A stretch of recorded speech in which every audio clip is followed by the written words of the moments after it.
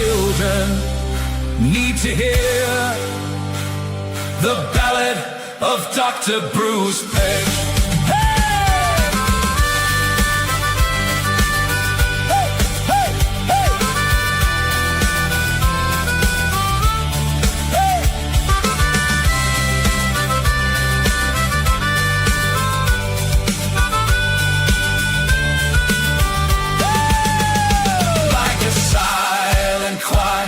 Too scared to sing the anthem from a braver day, a song our children still need to hear, the ballad of Dr. Bruce Paix.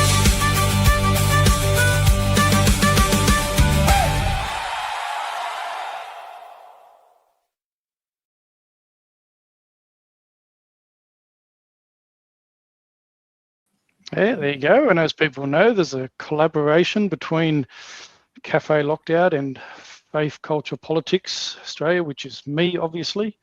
Now, I'm not sure how that come through to the audience with the sound, because Bruce and I, I'm not sure whether it's my end or Bruce's end. There seems to be a little bit of signal issues. Now, I'm seeing Bruce really hazily, but it could be even on my end. So if the audience can let me know, whether it's my end, whether we've got really bad connection, or Bruce. Yeah, let's see. Hopefully everything goes all right. Sound seems to be okay, but let's see where we go. Live television. It is live television. I'll wait and see those comments come through. And I'll just, I said I'm back on Facebook with nowhere near what I had, and I'm streaming there. But you know what they've done now? They've actually hidden my the share button on my live stream, so people can't actually share from the live stream. I've just went to go and share it, and I can't even share it myself. So, so Facebook's playing silly buggers. So obviously watch from Rumble or YouTube or X, wherever you might be coming from, because yeah, Facebook is an issue. So. No issues. So people can hear me okay? I don't know. Like, it seems really strange that I'm getting Bruce very fuzzy on my end, so I'm thinking it could be even an issue on my end. But anyway, there we go. I'm just sharing a couple of things here, just checking everything's going on over there. Yep, all good. So yeah, good on you, Michael, for putting that little clip together too. So that's all good. Captain Cutlery. Captain Cutlery, good on you. Yep, a little bit of correspondence there from there as well. So for you. Now, Bruce, should we just get into it? Yeah. And I've got just a couple of things I want to share. Now, listen, a bit of I can hear you fine. Yeah, Bruce is all good, and you can see me. Okay. Well, there you go. We'll just keep going. It's live streaming for you, so we'll just go as we go.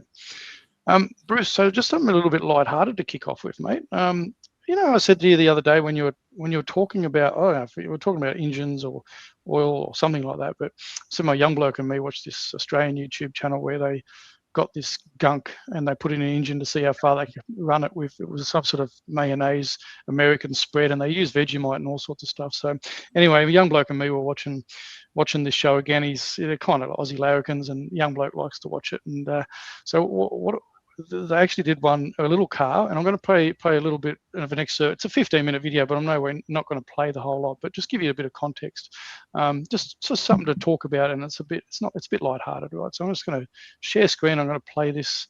I'm going to play this for you. See if I can bring this up on screen for you. All right, let's play this quickly. It's a bit loud. We just let it idle for a while. Dave's looking up the boiling point of olive oil. It's not like 300 degrees Celsius, but the smoke point is around 190, 200, which is what we're smelling. Seriously smells like an unwashed barbecue, which is to say it smells like a barbecue. Yeah, the oil light works. Oh, the oil light does work? Yeah. Things are so swimmingly, we're just assuming that the oil light doesn't work. Just oil. Not burning me either. No. And it looks clean still. It looks great. Looks really clean. Yeah, it smells good. Yeah. That's delicious. I thought it'd be all foamed up or something. Yeah, I thought there'd be something wow. different. Yeah, watch that exhaust. That's why I got the rag. Well, Get it back on. Yep. James said when you shut it off, if there's heaps of resistance because it's locking up, it'll go doo-doo-doo and immediately turn off. This isn't doing that. This is happily spinning a bit. Actually, yeah, shut it off again. That sounds so normal. Oh, the battery. Been idling for like a while now, and there's nothing left but to keep thrashing on it. Who's gonna give up? He would have given up. That was about bounce.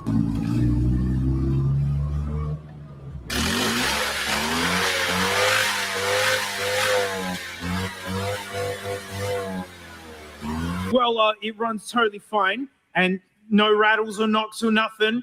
Tony's been Tony, and so we can only conclude that the greatest engine oil that everyone should be putting in their car right now, right? Put it olive oil. Yeah, fill your car with olive oil. Please don't. Well, now it's like, how long does Tony run on olive oil for? I'm gonna have to like drive him I'm gonna have to take him for walks every night and document.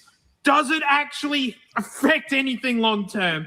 Because as it stands, all we've done is made it smell delicious.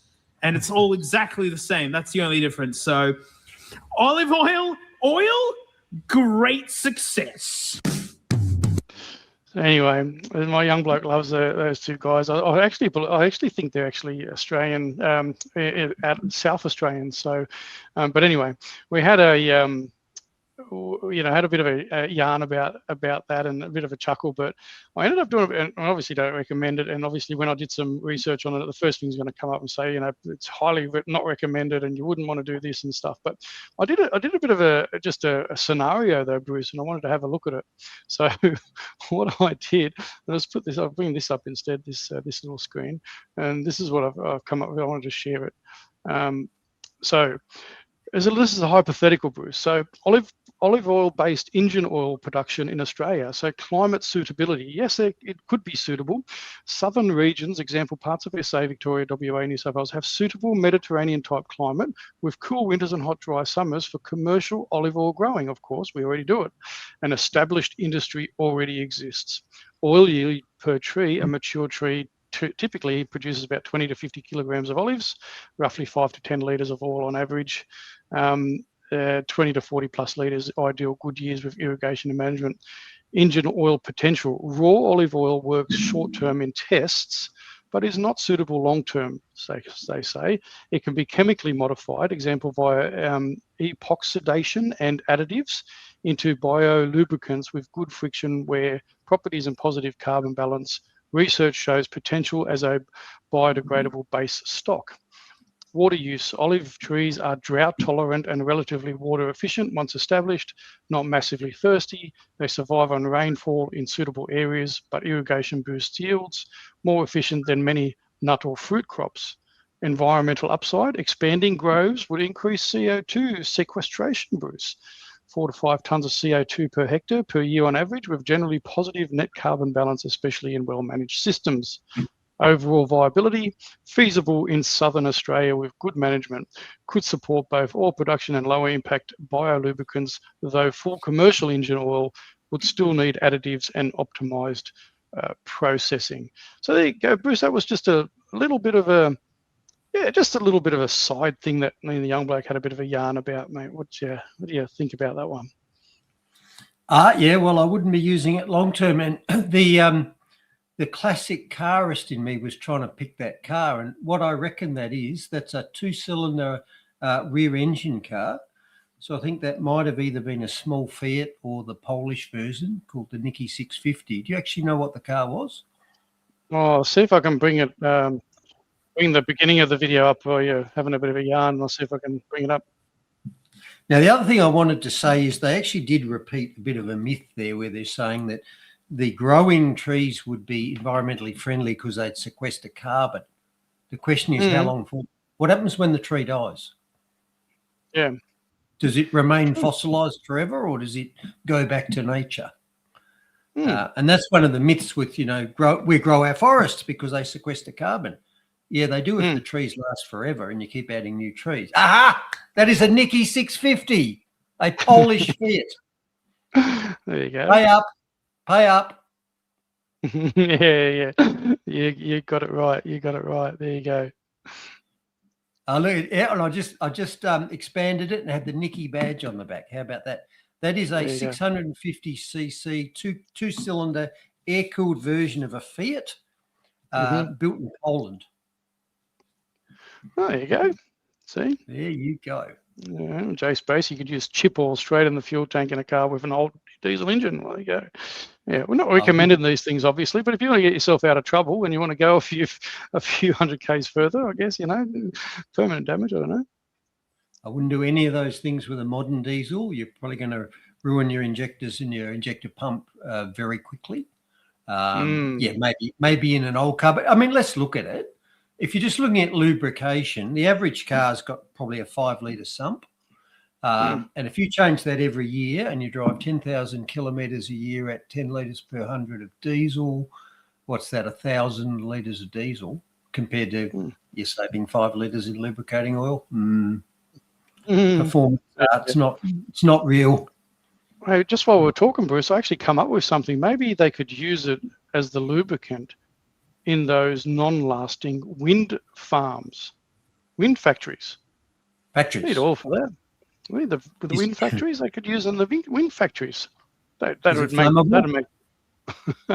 Well, probably would be, wouldn't it? Over a certain temperature, it would be like over its temperature rating, or they said something like 300 degrees. I mean, over that, it'd probably start cooking, wouldn't it? Yep. I think you're right. Yeah. But anyway, there you go. That was just something a little bit by side, just to start off with a little bit of lightheartedness. Anyway, moving away from the lightheartedness stuff, though, Bruce, you may have come across this story during the week. And obviously, because of my Christian faith, I'm sharing it. Former church here in New South Wales, not here in New South Wales because I'm not there, but has been transformed into a new Sydney arts and live performance venue, which is getting quite a bit of pushback from the Christian community. So just a little bit about this venue. In 1868, it was constructed as a Roman Catholic church of St. John the Evangelist. It was consecrated as a church in 1932. In 1944, it became home of the Gymnasium Theatre Company, one of Australia's oldest amateur theatre companies, which operated for decades. Now, I believe that had Christian links to it, though, the Gymnasium Theatre. In 2019, part of the adjacent hotel redevelopment plans were approved for the Gymnasium Theatre Company to relocate, while the heritage-listed church building was retained as an adaptable performance and food service venue. In 2026, it reopened as Divine Playhouse, originally announced as Unholy Playhouse, an arts performance, live music and nightlife venue operated by Kat Dopper. Now, some of the concerns, obviously, is the venue was originally launched as Unholy Playhouse and named as many Christians found offensive. Marketing described it as a sanctuary for divine mischief. Some promotion material featured drag performers dressed as nuns and religious imagery that critics said mocked Christianity. The venue's strong association with LGBTIQ and nightlife and performance art also became focus of some conservative Christian campaigners. So that being said, obviously there has been obviously a bit of protest. Christian groups are protesting the silent prayer protest outside of there. But I kind of did want to talk into it a little bit, Bruce, into this particular thing, just because I think I have mentioned it before. I think when we're having a yarn, is that one of the reasons these churches are empty is because of the decline in Christianity in Australia. I said we're 98% Christian at the beginning of Federation. We're down to about 44% now, and as I've indicated before, one of the reasons these things go that way is, the demographics have changed, Bruce. Christians aren't going to church. The Catholic Church in particular, I believe, is copying a lot of flack and seeing people exiting that as well. So there's seen a massive decline in regards to that. And so, obviously the cost of running these things, the upkeep, the maintenance, all those sorts of things. So the Catholic Archdiocese obviously made the made the decision. Obviously, for me as a Christian, it's really sad. It's disappointing that such a beautiful building that is built to revere God, Christ, Holy Spirit, has been turned into something like that and used for that. And look, at the end of the day, it is really just a decline. I mean, there is some concerns. Obviously, I'm saddened by it, but I think one of the things that's really frustrated people with this scenario and what they got kicked off, the concern got kicked off, is because the New South Wales government obviously has some funding towards this. So there's about $100,000 Create New South Wales grant that was provided to this. Now, I've got to be clear, Bruce, this funding is for the arts and stuff in general, and so these people were eligible to apply for that grant. So, but obviously what people are concerned about is obviously that there's government money, Christians, there's a lot of Christians in New South Wales or Sydney, that their taxpayer money is being used to prop up, a venue that still contains the Christian cross on the building, and in all its purposes, it looks like a church and all that, and so they're a bit obviously put out by the fact that state government money has gone towards this. Now, I'm in no way saying that people can't do what they want with the building. The owner of the building obviously has designed it for the purpose of being used for arts, and from what I understand, it's a lease of 12 months and then can be renewed from there. Now, again, the owner of the property is a private business. The people renting it are obviously a private organisation and business. So, look, at the end of the day, good luck to them if that's what they want to do.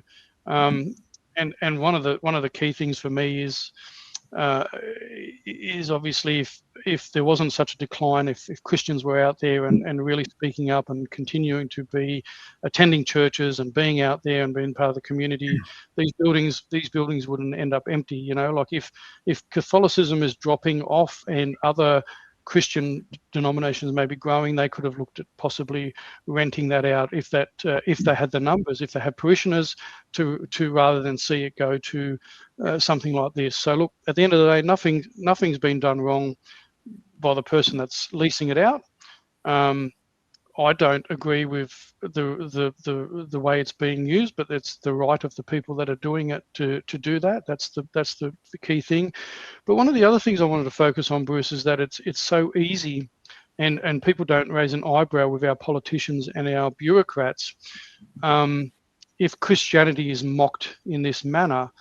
Now, if it had been any other faith in any other context, our politicians and our bureaucrats would be up in arms. You'd see hit pieces from certain politicians. You'd see media outlets, news outlets, really calling it out. If it was any other, if it was Buddhism, Islam, Judaism, or whatever it is, it would be absolute outrage. But because it's the Christian faith, people go, well, who gives a toss? It's only Christians. Look at them. They challenge us on sexuality issues. They challenge on kids being mutilated because of their gender. They challenge us on all these sorts of things.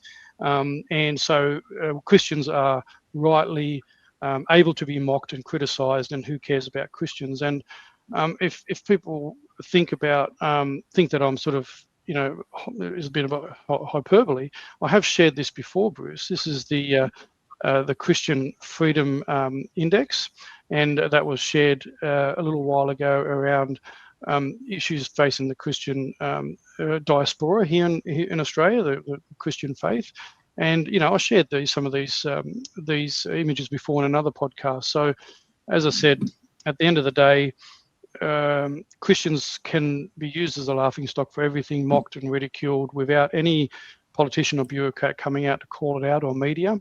And as I said, also shared before, Bruce, is that often not mentioned is the Open Doors World Watch List. This is 2026 watch list. And these are all the countries in the world that Christians face severe persecution and even death for their Christian faith. Yet it very rarely ever makes the mainstream news or the media and that. So, look, people can be agnostic. They can be, atheist, whatever, it could be anything else. That's fine. I don't have a problem with that at all. I think it's the reason I'm calling this out is the hypocrisy in regards on how the Christian faith is treated around the world, in the Western world, compared to other religions or ideologies or whatever, and that's pretty much what I'm saying. So, am I disappointed that this church has gone to something as despotic and satanistic as that? And I call it satanistic. You can see even the Olympics and other themes have gone total Satan ritual, and people are just lapping it up and not even calling it out. And this is a fight between good and evil, Bruce. People know where I stand as a Christian. I'll continue to speak out on these topics, and you don't necessarily have to be a person that's in favour of the Christian faith. Or, as I say, you can be agnostic or atheistic or whatever. It's about the hypocrisy about how the Christian faith is being treated and how Christians have been treated in general. So, anyway, that was my little take on that. Let me add a couple of comments. First off, you're right. It's a private building now, privately owned, and the private owner can do what they like with it. What I don't like is that taxpayers funded it. Why are taxpayers funding any sort of fringe? Well, why am I, as a taxpayer, funding something that I don't agree with? I don't even want to pay taxes for football stadiums. I want those things to sink or swim based on their customers. But here's another example. I guarantee you, if this was a former mosque, there'd have been no taxpayer funding for turning it into a trans theatre. I guarantee you that. Mm-hmm. Yep.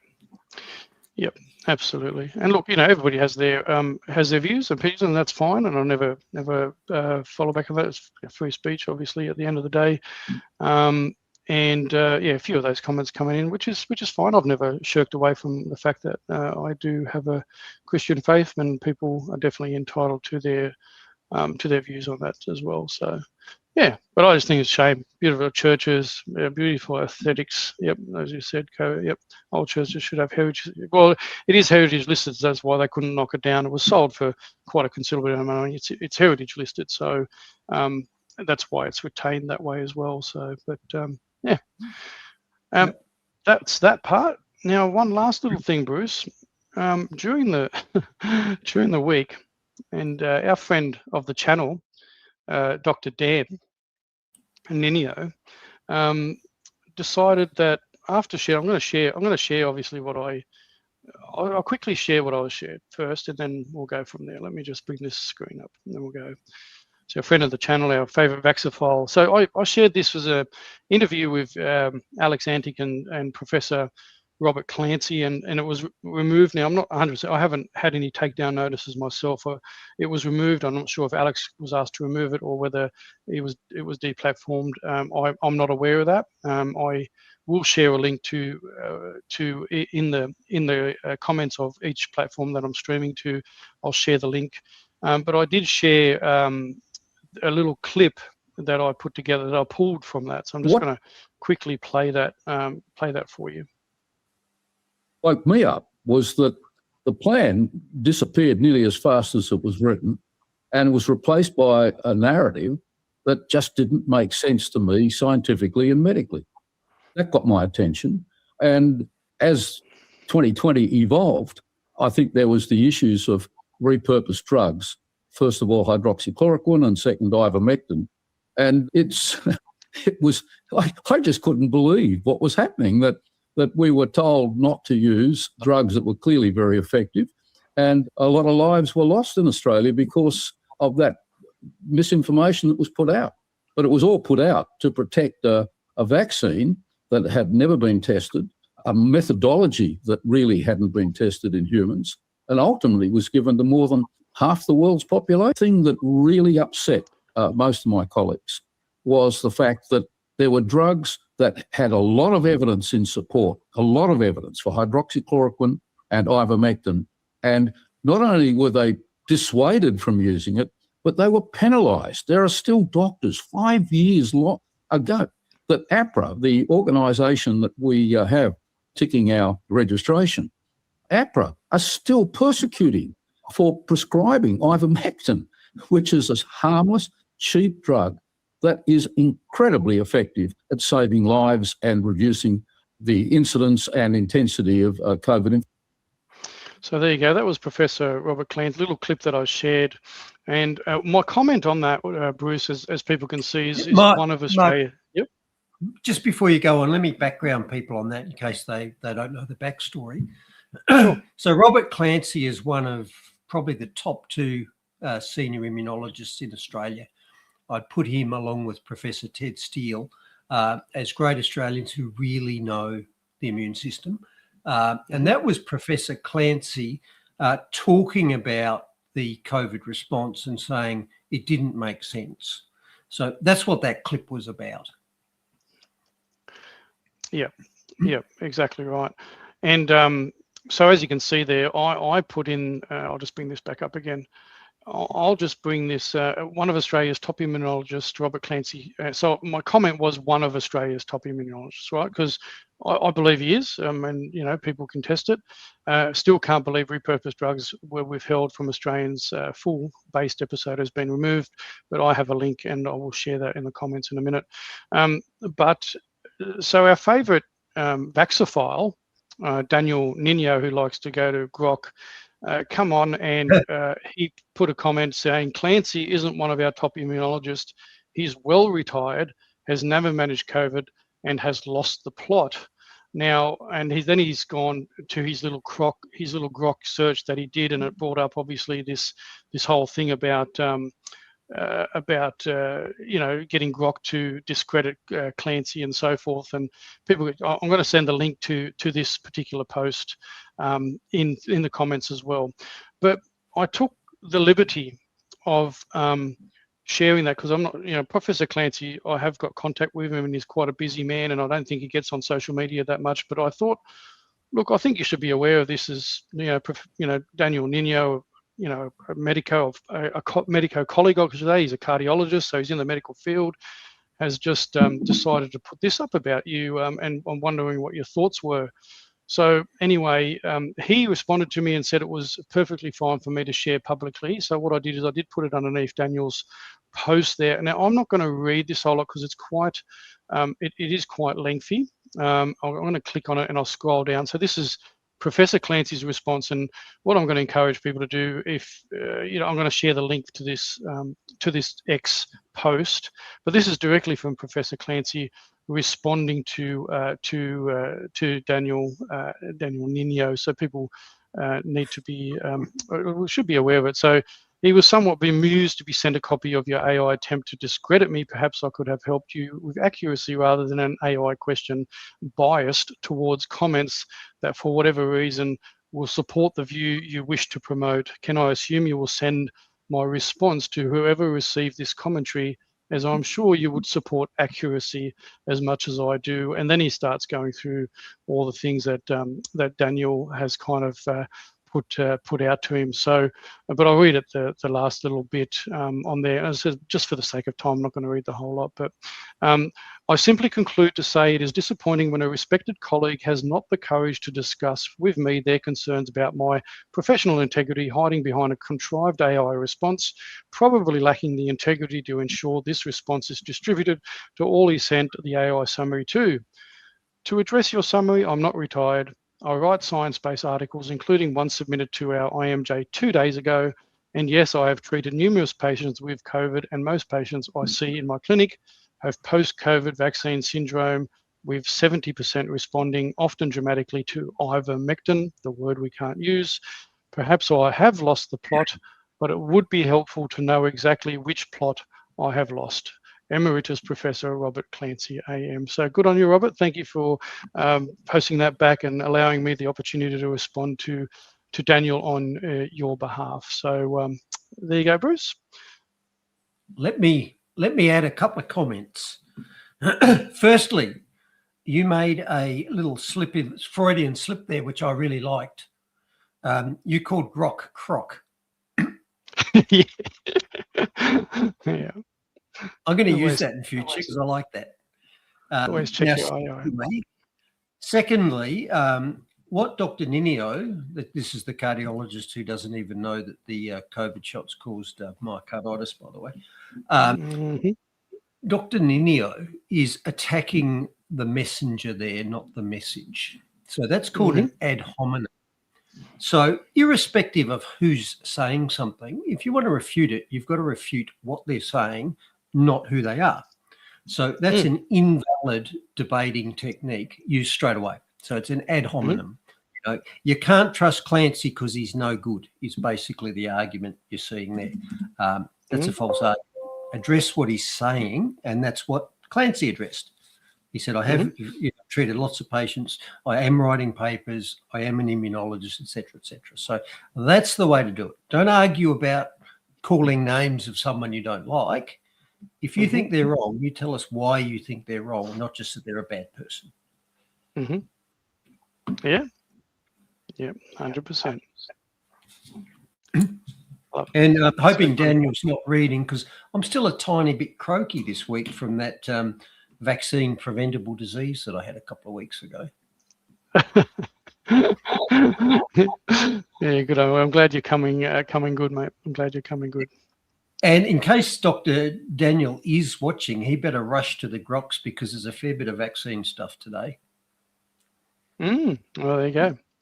Now, do you remember last week you showed me that he apparently looks at the contents list and then he races off and groks it like it before I even say it? And that's another technique. That is another technique you should know about, where you say someone's wrong before you even hear what their argument is. That's not debunking them. That's what's called pre-bunking them. So you try and discredit them before they even speak. And, of course, that's what the media does all the time. Yeah. Yeah, 100%. And in fact, I guarantee you do a search for me on vaccines, you do a search for Robert Clancy on vaccines. I guarantee your search engine, the first 5 things would be why we are wrong before you even get to what we are saying. So we get pre-bunked all the time. Yeah. Oh, 100%. I mean, just as you do your research on Google and other things, and they'll tell you straight away. That's what happens. They reallocate this. It's like the climate change. That Melissa Fleming from the UN,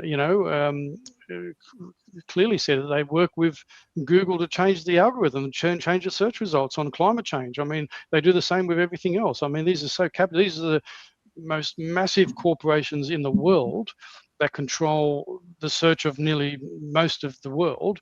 And they allocate the search the way that they want it. So, and people have still got their heads stuck in the sand, thinking, oh, it's organic. There's nothing untoward going on here. We'll just stick our head back in the sand and pretend the world's fine, and it's all good.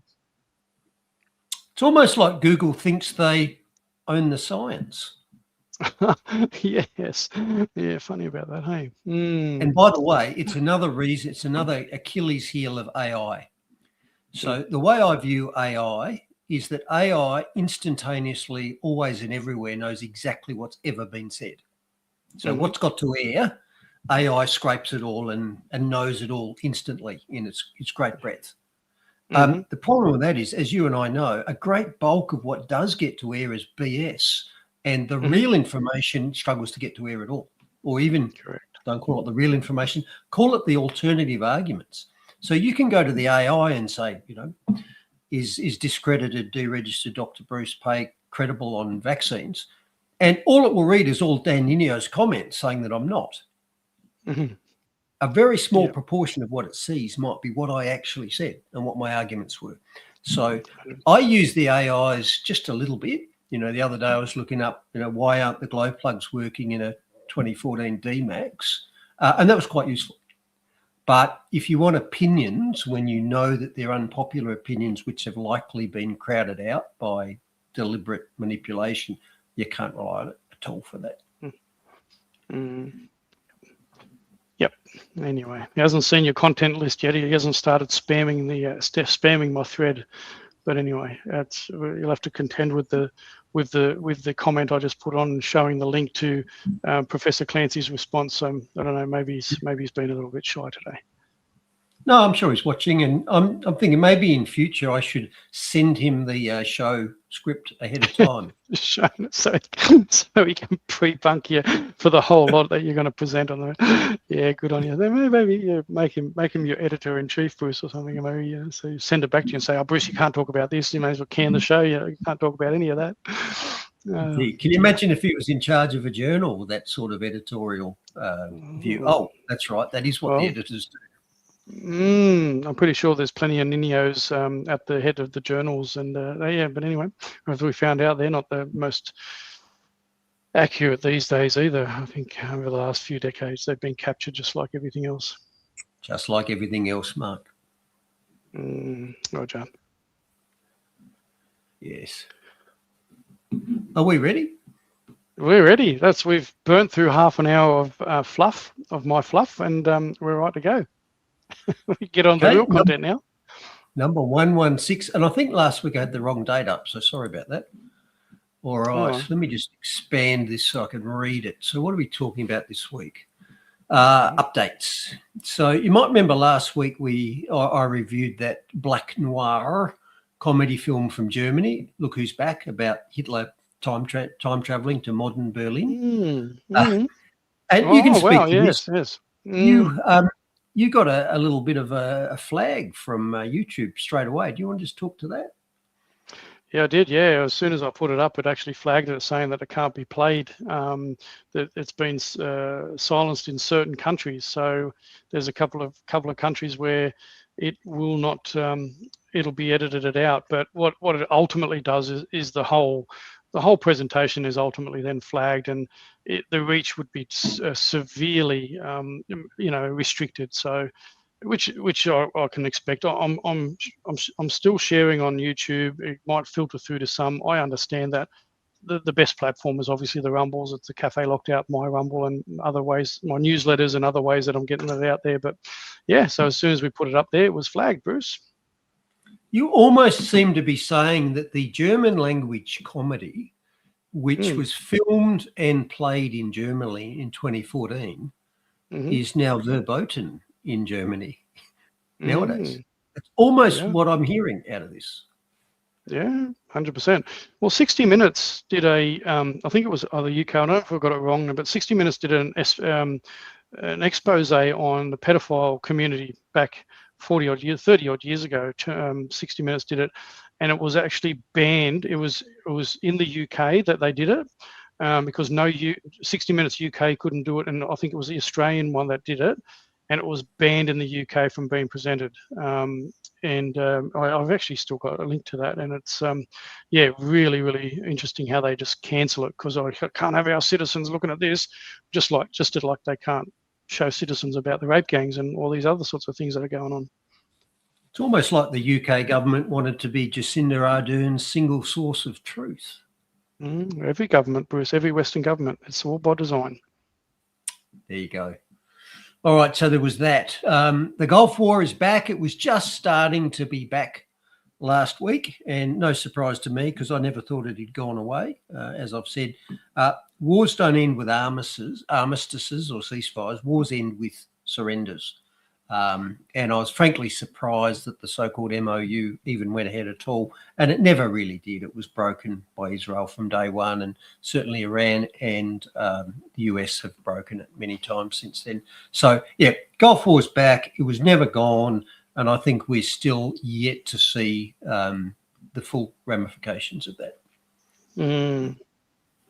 Righto. On to not easy being green. I had an oh-no's this week, because apparently, you know, the wind turbines that they're putting up to stop global warming, they cause global warming. And I'll show you the article talking about that. Well, I thought they installed them to prevent global cooling, Bruce. Or which one is it? They change all the time, because they change it to suit the hockey stick narrative or something like that, or did they change it? I don't know what it is, but they change it. They changed the wording 1984 style, so people can't express impure thoughts.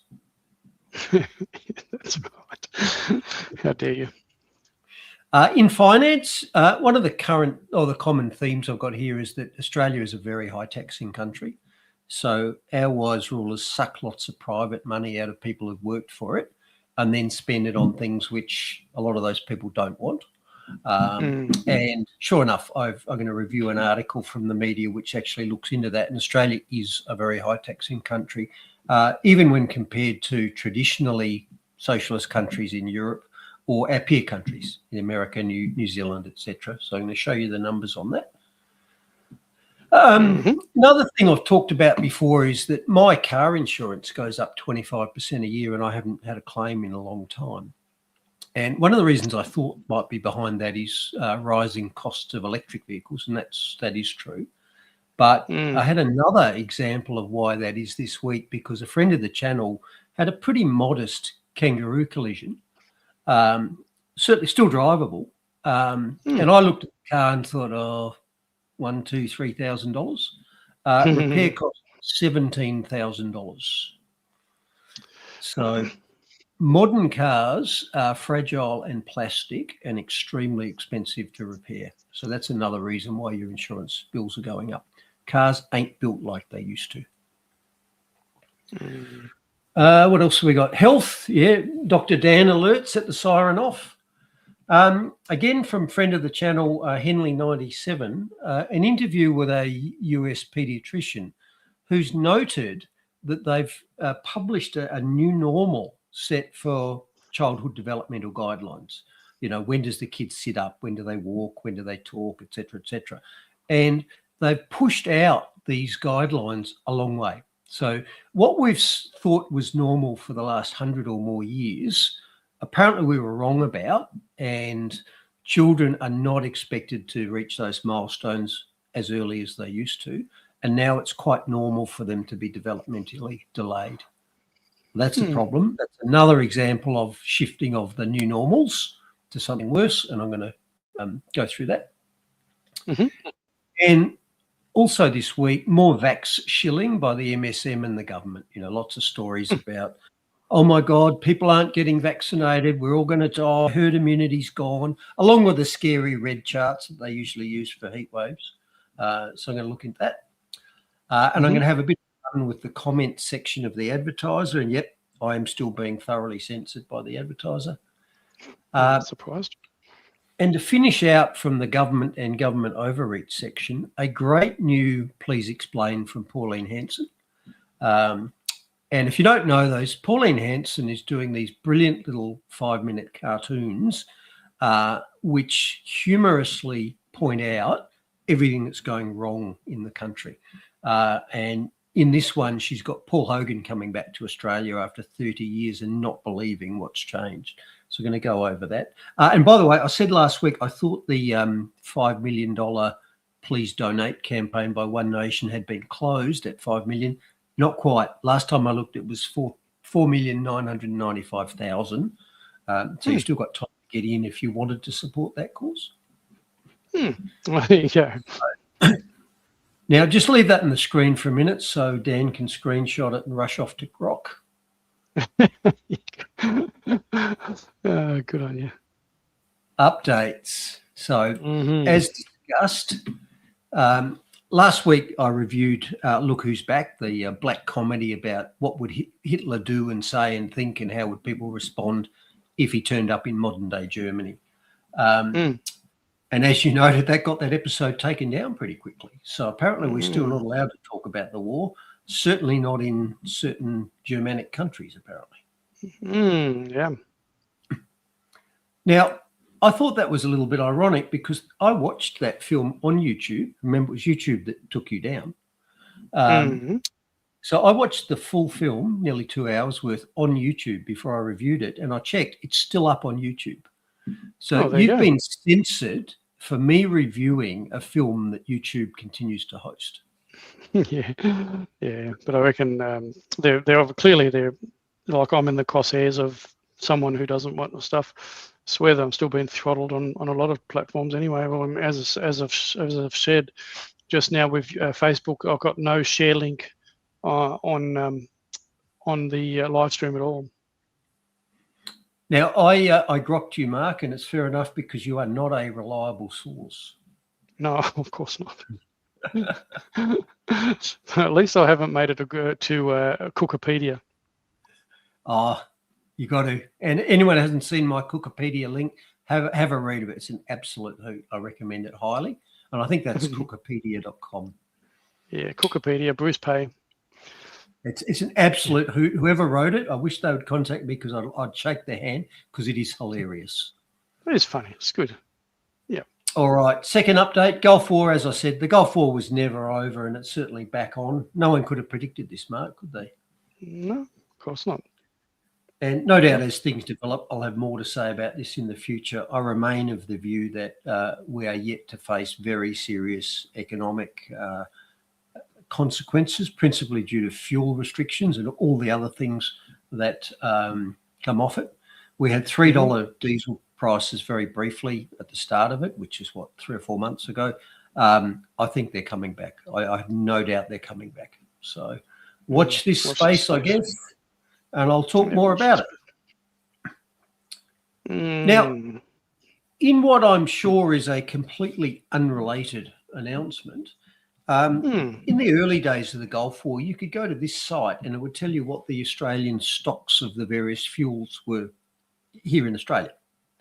And they're pretty low, actually. For most fuels, they were 30 to 40 days. So I learnt from looking at this site that the biggest liquid fuel that's used in Australia is diesel. The next one is petrol and the next one is jet fuel. And they're in a 4 to 2 to 1 ratio. So for every 4 litres of diesel that gets burned, 2 litres of gasoline, petrol gets burned, and 1 litre of jet fuel gets burned. I was a bit surprised it was so much jet fuel. But you could go to this website every week and see, oh, we got 27 days worth of diesel, et cetera, et cetera. Well, for some reason, that website has been down for weeks. And it's not down because they've had a technical failure. It's down because they're building something else, which is going to be bigger and better. Something to homogenise the numbers, Bruce, maybe. The timing seems a bit unfortunate, don't you think? Isn't that something that might be useful right now rather than an improved product in the future? Well, that's why it's down, Bruce, because it's useful. It would be useful to the average Australian now, and that's why they don't want to be useful. That would be almost like if they changed the rules and stopped reporting COVID deaths or excess deaths, or changed the way that they define them. Yeah, exactly right.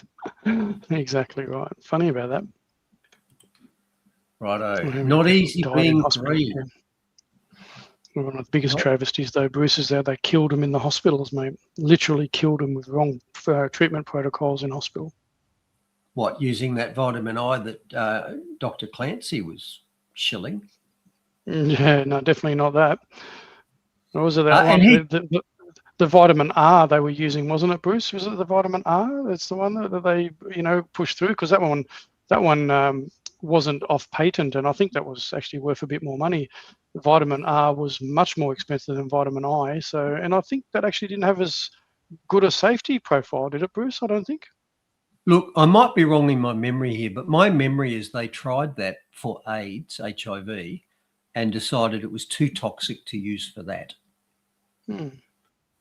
Nevertheless, fast forward 2-3 decades, it was fine to use for COVID, which killed less than 0.05% of the population. No, it was fine for that. And you might remember that our friend Paul Oosterhouse, who also fell foul of APRA, he relabelled it "Run, Death is Near." Run, death is near. That is a very good word for it. Absolutely right. And you're right over it. It sounds exactly like the bomb site, because we had the same with that, didn't we? They had this spent millions of dollars on revamping the bomb site, and it turned out crap. And then, it's all about the homogenization, Bruce, isn't it? It's just, make it really hard for people to kind of get access to it, see what they're doing. Yeah, all the taxpayer money, great stuff. Yep. Huge amounts of money to make something worse from the consumer's point of view. But the benefit being that you can use it to hide, obscure, and change the data. Yes. They do. The government's on a real good run, isn't it? It's like a $40 billion tunnel boring project that started off as like something like $2.5 billion or $3 billion or something, Bruce.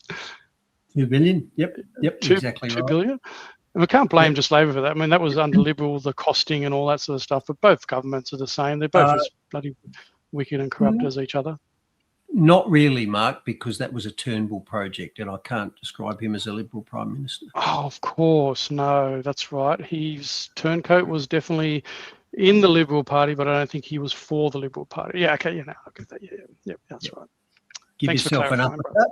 I'll give myself an uppercut. Thank you for clarifying, my friend. Back to where we were. So not easy being green. Now, we've discussed the urban heat island effect in the past. That is where cities are hotter than the surrounding open fields.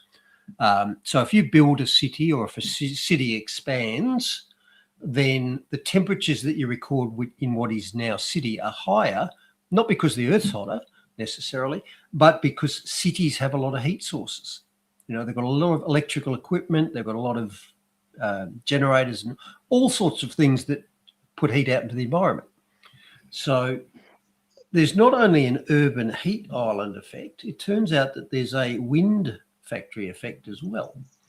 And what this story tells us is that in the surrounding area of a wind factory, the ground temperatures rise by up to 0.75 degrees Celsius.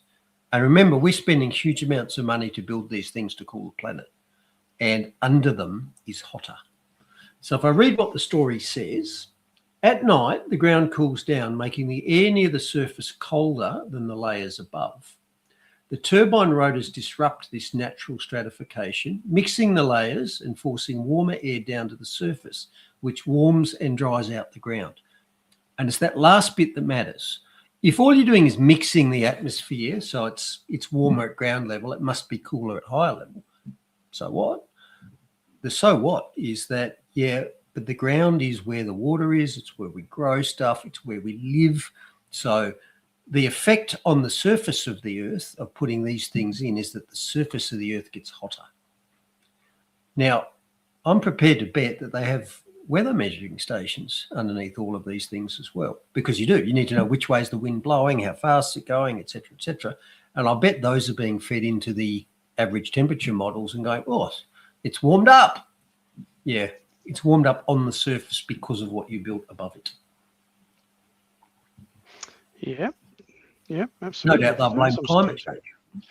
Of course, Bruce, which means they have to put up more wind factories. We have to build more because we're not stuffing up their environment enough. I did see some of that, though, how it affects, it's the same as the cloud seeding, the rain technology, and that, how they were saying about how they create, they make the rain drop more. They need clouds to start with. They iodize and all this sort of stuff makes the rain stronger and harder. But what some of the evidence is showing, it actually robs the moisture from other areas that would normally get it. So they make other areas drier. And they were talking about how that could be used in war scenarios and how they could punish other countries by using this type of technique, by using cloud seeding technologies, which actually negatively impacts the regions where they might be cloud seeding next to. So yeah, it's very interesting stuff. Yep, and I don't know if it's causal or coincidental, but in the early days of the current Gulf War, so 3 or 4 months ago, parts of Iran had record-breaking rains. They had rain. Iran has been largely in drought for decades. And these record-breaking rains came just after the Iranians destroyed a whole lot of high-powered radar systems in the Gulf countries. Now, I don't know if it's causal, but it's interesting. It's temporal. Well, they've been using it since the Vietnam War, Bruce. This technology's been around for decades, and there's evidence, and people can search it up themselves, is that it was actually used by the military in the Vietnam War, and that to cause much more monsoonal downpour in Vietnam. Yeah, of course. Weather would be a great weapon.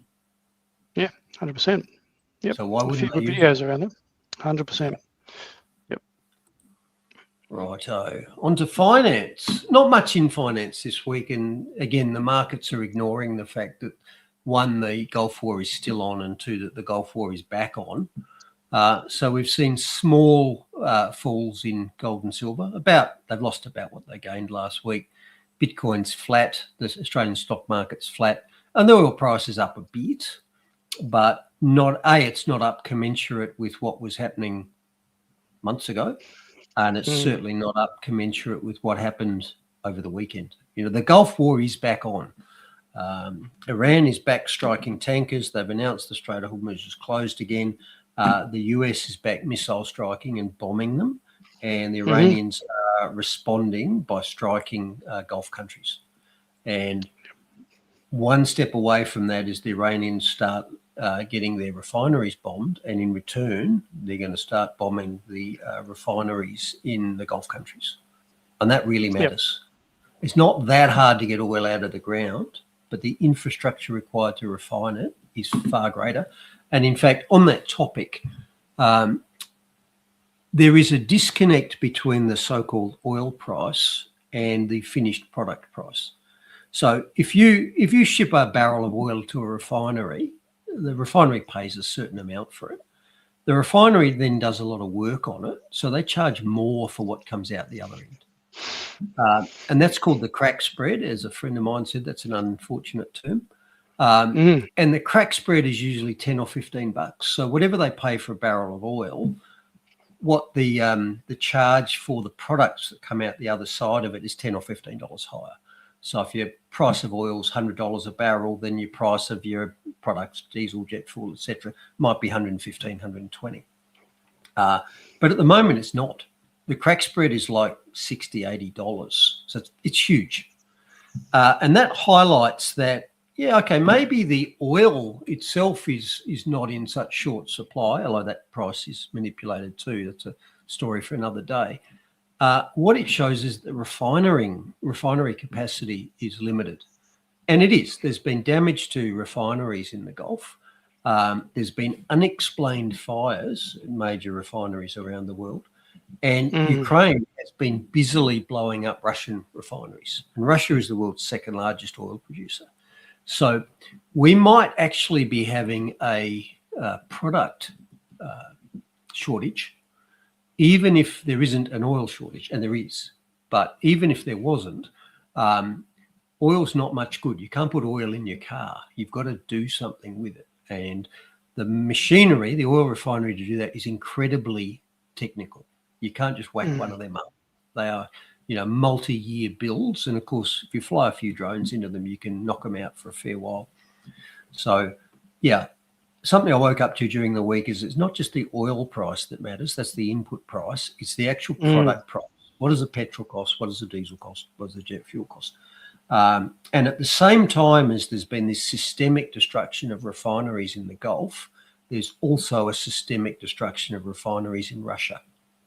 Now, the Ukrainians are striking thousands of kilometres into Russia with missiles, which they are being assisted to obtain and guide by the West, by Europe and by America. So remember at the start of his presidency, or in the run-up to the Trump presidency, Trump said he would pick up the phone and the Ukraine war would be over within a day. Not only is it not over, but the Americans and the Europeans are still supporting Ukraine to destroy refineries in Russia at the same time as refineries are in very short supply. And some people are asking, this has to be deliberate. This is such a stupid policy of helping Ukraine blow up Russian refineries. It's such a stupid policy. It has to be deliberate. Maybe it is. Maybe that's what they want. Yes. You will own nothing and be happy. And you'll be cold as well, cold and dark. Anybody ever hear of the Great Reset, Bruce? In fact, I've just read that this week. I've just read Agenda 2030, maybe. I read the Great Taking book. I read this week. You read the Great Taking, yeah. Now the Great Reset. Klaus Schwab, the Great Reset. Yep. Where exactly right. You will be happy and own nothing. Reset of the monetary market. The fourth industrial revolution. This is not even hidden. These people talk about it, and yet people go, "Oh, that's hyperbolic. Oh, that's just all." You conspiracy theorists just drag this stuff out all the time. It's like, yeah, okay. Well, how's that working out for you as the world's now in the state it's in? Getting worse. And I think they'd say the conspiracy theorists are batting 100 at the moment. Yeah, funny about that, hey? Didn't really get anything wrong. And I'll just speak about the Great Taking. So a little book that I've read, and it basically answers the question is, okay, if you will own nothing, how is that going to come about if you already own stuff? And this book basically explains that most people don't own anything outright. Most people have a mortgage on their house, they have a loan on their car. If they have investments, then those shares are being held somewhere. They're not in a box in your house. So all the things you own, either someone else has got a partial stake in them or they're not in your hands. And the world apparently has been changing the financial infrastructure, the legislation for decades in almost every country, to the point where if you have a loan secured against something, give you an example, you got a mortgage, your house is worth $1 million and you've got $500,000 owing on it. Now, if that's true, you don't own the house. The bank owns the house, you own part of the house, your equity.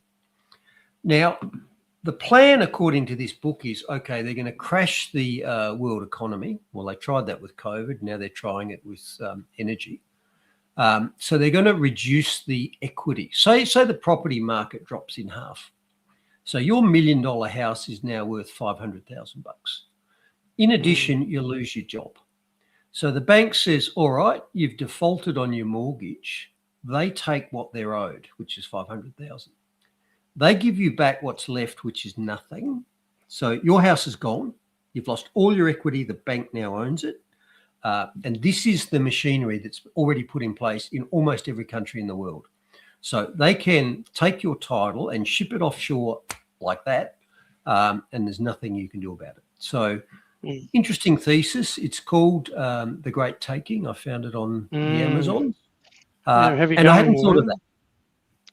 So the basic idea is any debt that you have secured against an asset that you think you own, they're going to take the asset and at the same time give you none of the equity back. You're not only going to lose your house, you're going to lose the 500 in equity because they say it was only worth 500 now. So, yeah, that's right. Exactly right. They've got a plan. They have got a plan. And as I said, this is the key thing with the message is get your debts in order, get yourself out as debt as much as practically possible. I know it's not possible for everybody. Everybody set their life up differently, but that is something to work towards it anyway. And just wanted to comment here that you mentioned that Satan loves nothing more than the slaughter of innocent people who don't understand that Trump, Biden, Putin. I do want to add another name in there, though. It's definitely got to be Benjamin Netanyahu, and I don't think Benjamin Netanyahu and Israel get out of this without any comments. So I do need to make that point there. There's no use just saying Trump, Biden, Putin, all these other people, and not mentioning Netanyahu or Israel. I'm sorry, that's just not going to wash with me. Thanks. And I'm just going to go back to this one. Why do capped oil wells start producing again after years? The abiotic oil theory, and I've discussed that. So the Russians apparently do not believe that oil is produced by dinosaur blood. They think it's a natural product that's produced chemically much deeper in the earth and squeezes its way to the surface.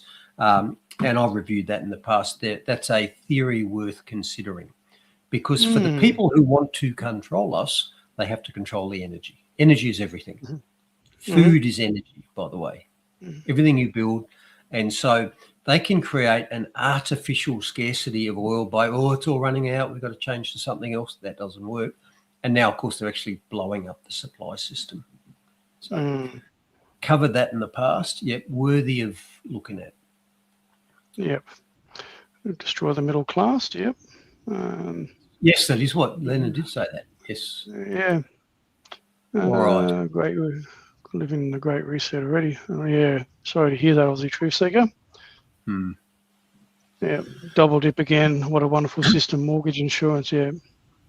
Yep. Now, moving along a bit, I've asked you this in the past, haven't I, Mark? What is the most expensive thing you buy in your life? Government.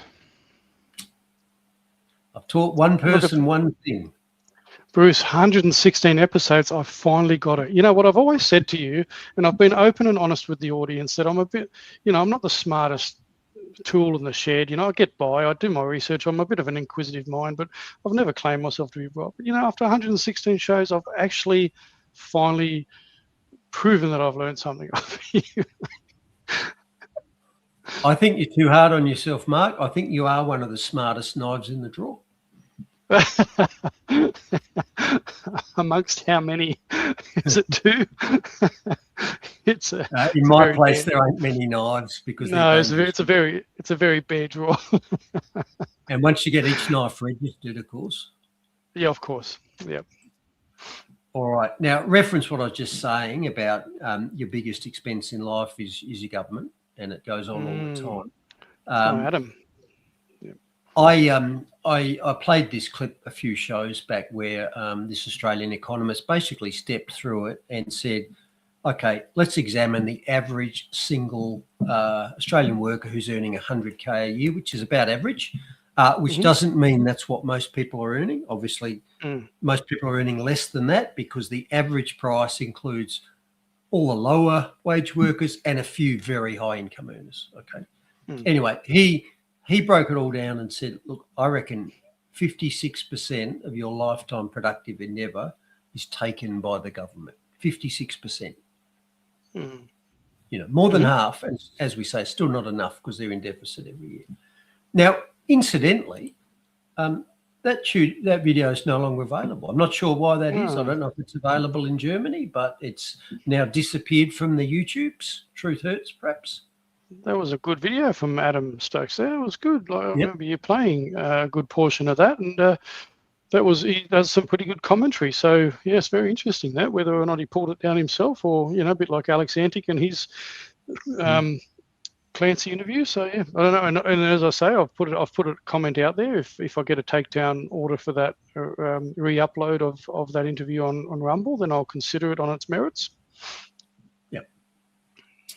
All right. So anyway, this story during the week just looked into that. You know, is Australia a very high taxing country? And the answer was yes, it is. So this was in the Australian Advertiser, and it compared Australian taxation rates to peer countries, similar countries, England, America, New Zealand, etc., etc. And here's what they concluded. Australia is a double whammy taxation nation with higher tax rates on both income and capital gains compared to most other peer nations around the world. And they had a few graphs. So here are the numbers. So amongst the countries that they examined, so there was Sweden, Australia, France, the UK, New Zealand, US, Canada, and Singapore.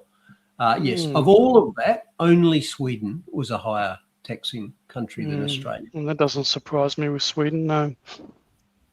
Yep. New Zealand, by the way, was considerably less, so that was interesting. And of course, our top income tax rate is 47% because it's 45% on what you earn plus 2% for your Medicare levy. And by the way, that's only the first pass.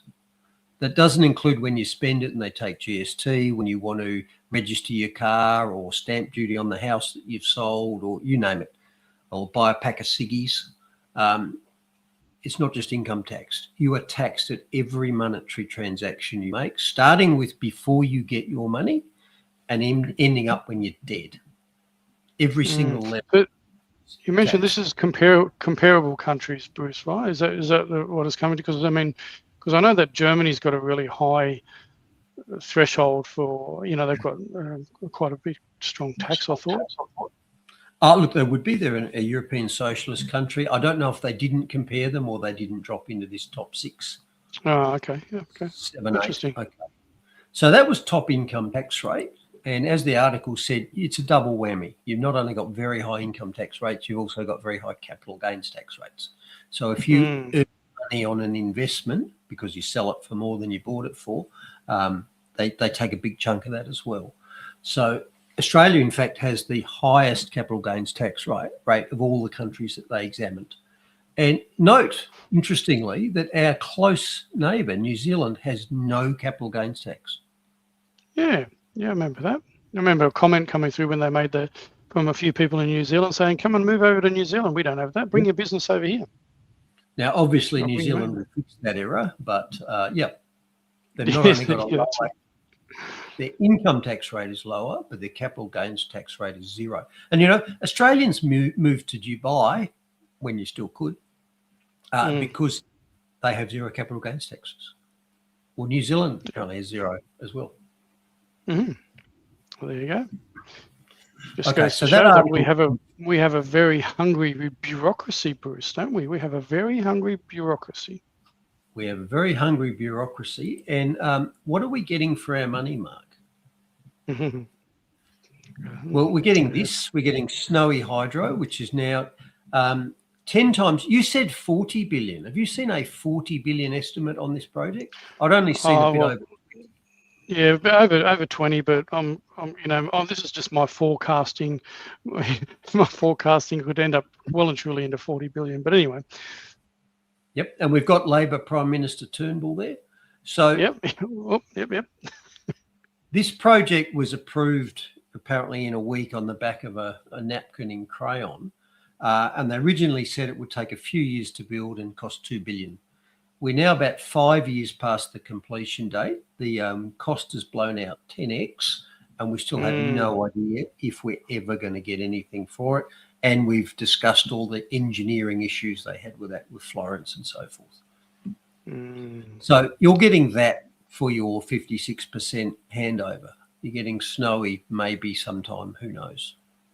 Yes, and I think I did do a bit of a write-up about that as well with Snowy, but also Turnbull. And not that I'm saying that he's done anything illegal, but things have just ended up in his favour in regards to Snowy too, and other things that he's been involved in. It always seems there's a revolving door around politicians ending up when they retire, ending up on the right side of things when they retire, with the right projects and the right contacts and all that. So Not only do they get a really good pension, but they also get perks in the private sector once they finish. Yep, consultancies, board memberships, etc. Yeah, exactly right. Yep. So we're getting a snowy hydro scheme for our money. What else are we getting? We're getting a obviously failing health system for our money, with that story saying that it's a national crisis, and I agree with it. Anybody who's been down to an emergency department on a Friday night, Saturday night, you've got a room full of broken people. They're either mentally damaged or physically damaged, and turning up in hospital cannot fix it. The population is broken. That's why the health system is broken. Yep. That's right. What else are we getting? Well, we're getting a destructive immigration program and exploding crime rates. We are getting manufactured health crises with destructive responses that erode freedom. So we're getting that.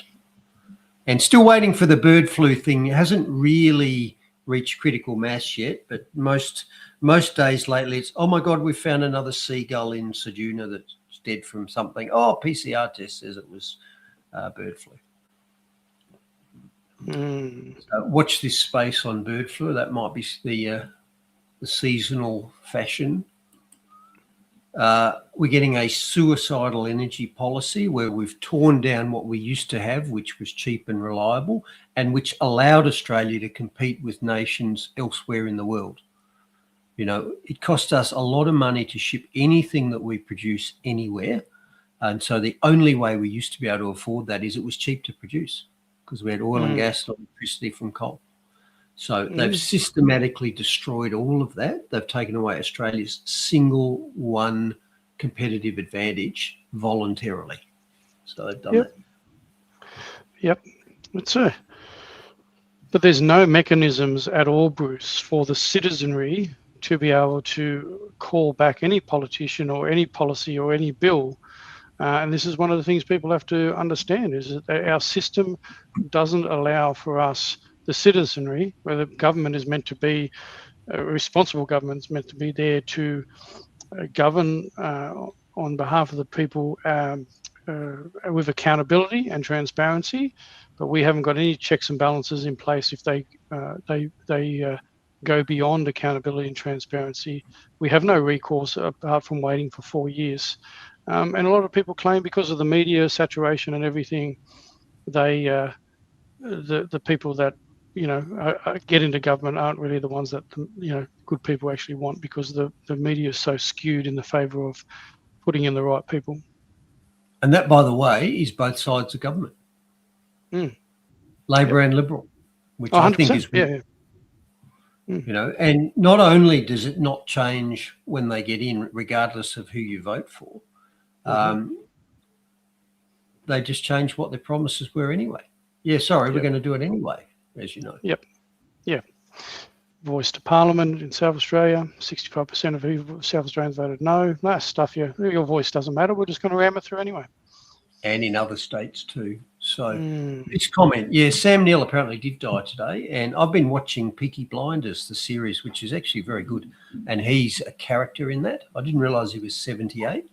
And I do know that a few years ago he came out and said he had some form of blood cancer, 2022, I think. Presumably nothing to do with the mass medical experiment of 2021. But yeah, he's apparently just died suddenly. I wouldn't immediately leap on that. He was 78 with a health history. Who knows? Who knows? Yeah. Yep. All right. Moving along from that. So here's the story about why modern cars are so expensive to repair and therefore why my insurance is going up, even though I'm not making any claims. So a friend of the channel had a kangaroo strike during the week. And this was a low, I've spoken to the person. This was a pretty low speed impact, estimated about 40 kilometres an hour. The kangaroo sort of spun down the road, got up and hopped away. And so that's the damage to the car. And by the way, it's not that bad. That's after the bonnet was popped. Okay. The bonnet has been lifted and not put back down there. So what you see there is actually not all kangaroo damage. So I had a look at this car, and even just sort of allowing the it's going to be more than you think metric. I looked at a few bits of broken plastic, and there was a very slight radiator leak, just, a little bit of a green stain. So I thought at first, plastics cost money, $2,000-$3,000, whatever. Anyway, the estimated repair cost on this car is $17,000. Wow. Not a bad gig. Was that having to pull off all the front end and they pull the engine out as well? Well, no, it'd be an immediate write-off. If you pop an airbag in a car, you can pretty much assume it's a write-off. So this car had minimal panel damage. So it had a very small crease in the bonnet. The bonnet had slightly gone backwards, just enough to put a little chip up here, and the door slightly graunched when you open it.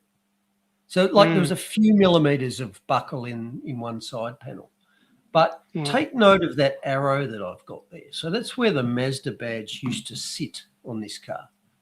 Okay. Now, right behind that Mazda badge is this. See that black plastic box, which as you can see is broken? That is a $5,000 computer. Wow. Fancy putting it there. That's a great place to put it. Protected by the badge is that. Okay. So great engineering. And that computer runs the various sensors in the front of the car, parking sensors. I don't know how much of the lane departure and radar cruise control, but that was the key sensor computer for the car. So you got to stump up about $5,000 for that bit of black plastic. Now, you can buy a fair bit of electronics for $5,000. I mean, you can get a pretty big TV for that.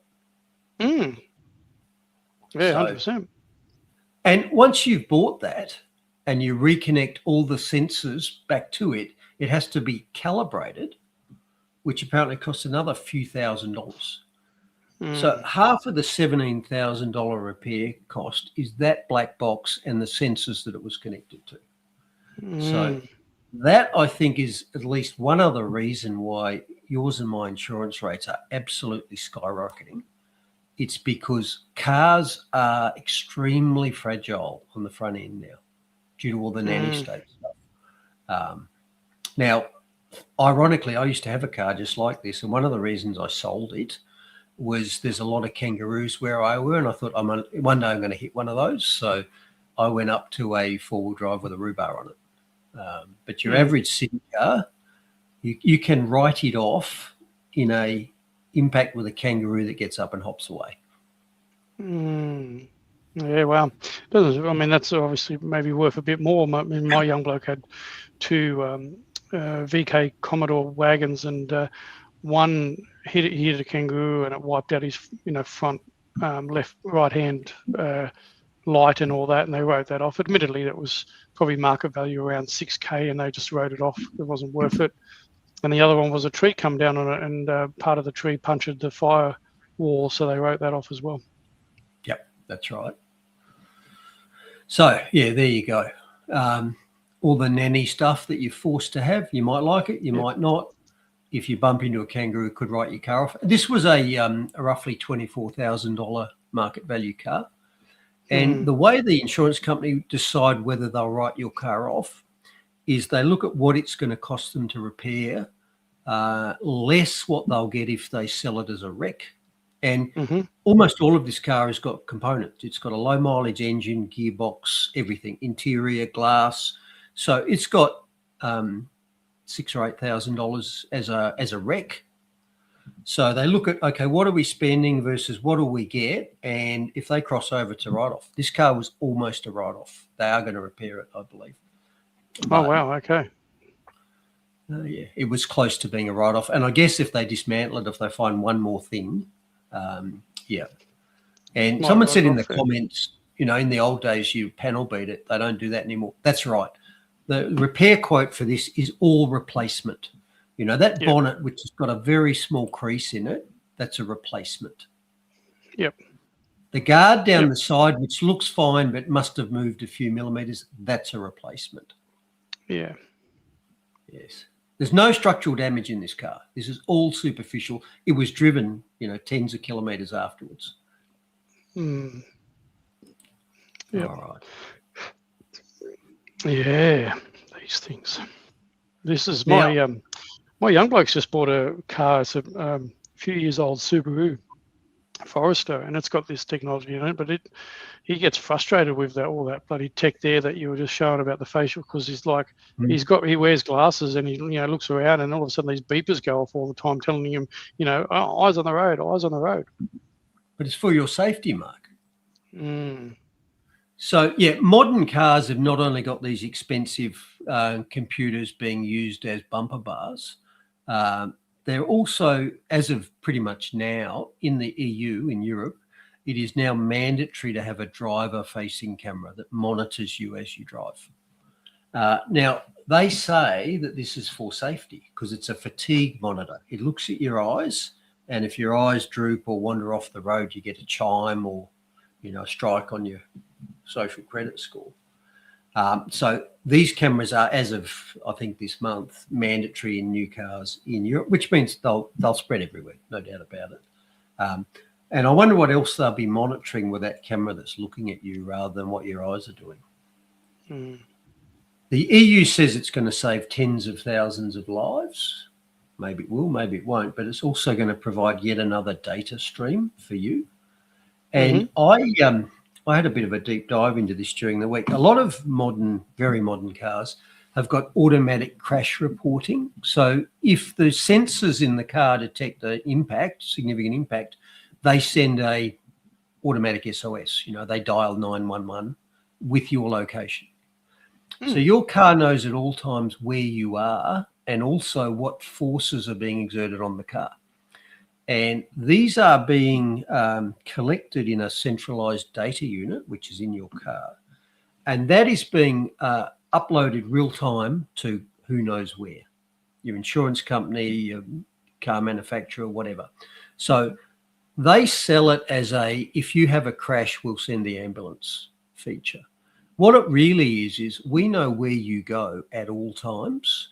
We know how long you spend there. We know how hard you drive your car. How hard are you braking? How fast are you going, et cetera, et cetera, et cetera. And these boxes are almost ubiquitous in cars now. And if your car has automatic crash recording, it's in there. Now, I watched some YouTubes during the week about how to disable this. And you can, in many cases, disable it by just pulling the power to it, which stops you being monitored all the time. So in my four-wheel drive, which is fairly new, but it's late in the model run, so it's a multi-year-old design that was just built. So I typed in, how to disable this unit, and they said doesn't have one. So I thought, beauty, that's good. But yeah, your data, not only are they going to have cameras looking at you, they're going to know everywhere you went, when you went there, how fast you drove, how fast you braked. And that data is going to be sold off. Same as Google. You know, why have they got Google Maps? It's because they know where you go, probably what you say, what you buy, and then they can push ads to you. Well, same. Your car is now a 24/7 surveillance device that's going to do the same thing. Yeah, exactly right. Yep, everything's going to be shared to the cloud, everything about you. Which is one reason why I recently bought a 48-year-old HZ Holden. Nice work. Which I'm resurrecting to get back on the road. It has zero electronics. There will be no beeping. There will be no GPSing with that car. Needs a little bit of work, but yep. Well, you know, I told this story before. I got a little 2012 Hyundai Ascent, little 1.6 litre, and it's got 320,000 Ks on the clock. I'm not upgrading no car, man. If anything, when that finally goes, I'll get a bloody little motor from the wreckers and I'll keep driving it, and I'll keep replacing a gearbox. I don't want a new car. I don't want all this stuff. I'm happy with my little Hyundai Ascent, and it's going all right. They will, of course, mandate it, which means your car will be unregisterable at some point. Of course they Sorry will. to tell you that. No, I knew that. I know that's part of it too. Yeah, absolutely. But I won't go willingly or happily. So we've got high tech in modern cars, which not only makes them extremely fragile and expensive, but also makes them 24/7 surveillance tools. But as I've mentioned previously, you know, I spent time in Afghanistan where we had a asymmetric war with a low tech enemy and a high tech army. And the Taliban saying was the cure for high technology is low technology. And this little snippet shows exactly how that works with regard to the driver-facing cameras, which are found in Teslas. So let me bring this clip up for you. There's always improvisation. It's like all those dudes that cut down those cameras, and that is like there's guys and gals that cut them down. That's good on you. Didn't I say last week that that's a bad idea and you shouldn't do it? Yeah, no, shouldn't do it. Definitely shouldn't do it. Beating Musk's most advanced AI. It's a low-tech exploit for a high-tech car. Drivers are using miniature doll heads to trick Tesla's driver monitoring system. It's a viral trend across Chinese social media. Tesla Vision relies on a cabin camera to ensure your eyes stay on the road, but this suction-mounted face makes the AI think you're paying perfect attention. While the AI watches the toy, the human is completely distracted. It's a massive blind spot for Tesla's vision-only safety suite. By removing sensors like radar, Tesla became entirely dependent on what cameras see. And clearly, those cameras can be fooled. Is FSD truly ready for a driverless future if a $30 plastic head can bypass its primary safeguard? Smart hack or dangerous gamble? Let me know in the comments. And follow for more tech insights. Tesla's wildest hack yet? Oh yeah, dangerous, Bruce. Because how did we ever survive after all these years of not having that sort of technology in the car? The cure for high technology is low technology. Yep. Good work.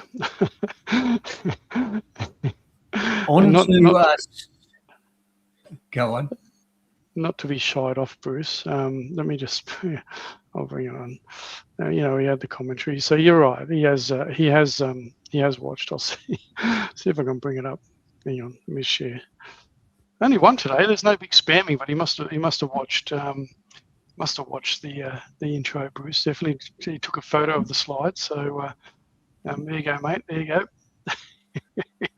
He's come in. Thanks, Daniel, for sharing your thoughts. And as always, I don't want to come across as censoring anybody, but you know, you can't ever say, Daniel, that we're censoring. So here's your opportunity. So, but you know, as I said before, Bruce is probably going to give you a lot of time because his presentation's prepped and so forth, and we can't just, you know, make it all about you, Daniel, because really what you can do is start your own channel and get your own subscribers and, you know, share with them all the love that you want and share them, and, you know, call Bruce out for being the anti-vax person that you think he is, but from a vaxophile, we don't expect anything less. That, by the way, is a classic pre-bunk because that's not what I'm going to talk about. Got in too early, Daniel. Got in too early. Oh, anyway, there you go. But I might respond to what he said because it is a classic claim. So the claim is The reason autism rates have gone up is because we just diagnose it more. That's the claim. And what he said there is, there's a lot of mild diagnosis that wouldn't have been made, and the rate of severe autism has not really changed. I'm probably paraphrasing his argument, but that's what I read from it. Especially with the NDIS. That's not true. The CDC in America has said that between 30 and 50% of autism cases are in the severe category. This means these are children who become young adults who will never have a normal life. They can't feed themselves. They can't drive anywhere. They need 24 supervision. They're often violent and difficult. They punch people, they punch holes in walls, etc., etc. That's between a third and a fifth. Now, we know that autism rates have absolutely skyrocketed. So let's take that slide. Let's say it's up 300 times, pick a number. So if it's true that, pick a number, half of those cases are severe, we've gone from one severe case to 150 cases now. So if you want to argue that we didn't notice 149 of them up until now, you're saying that we had severely disabled, head-banging, screaming, 24/7 care kids, but hardly any of them were even noticed. That's the argument. So sorry, Dan, that's been debunked. It's not new diagnoses or overdiagnosis, it's new cases. It's not that we didn't notice them, it's that the numbers have exploded. Yeah. Anyway, back to the topic. I've debunked the pre-bunk. So here's the story. One of the recurrent themes of the channel is that our wise rulers are constantly erasing the past, 1984 style. They're changing what it used to be. So they're changing the temperature records to make, look, it's hotter now, etc. And they're creating, in the health sphere, they're creating a new normal. So we're erasing the knowledge that, hey, it's not normal for 27-year-olds to get aggressive bowel cancer, for example. I was a doctor a long time, and I don't remember seeing any of them, let alone having a story every week. So we had this story during the week that, bowel cancer rates are rising. And it's introducing the fact that, well, yeah, young people do get bowel cancer. Well, they never used to, but that knowledge will be lost. It'll just turn into, well, it's normal for young people to get. And this week, again, friend of the channel, Henley97, who's been very busy in terms of sending me little pings. Yeah, Henley, what are you doing? Keeping Brucey baby really busy. Well, she's driving less because her car suffered a kangaroo strike. She sent me this interview during the week, which is with a US, what's called an integrative pediatrician.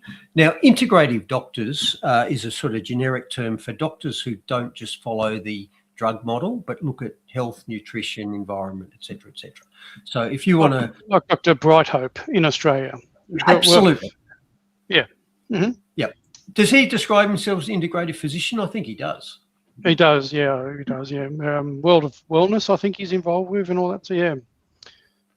Okay, so you've got here a US integrative pediatrician, Dr. Pawlewski, and he's here being interviewed about his life journey. How did he turn from a freshly minted matrix doctor into an integrative pediatrician later in life? So let's just show the first part of what he had to say. Ooh, I don't know which order these are in. Oh, hang on a minute. Let me get rid of mine for a second.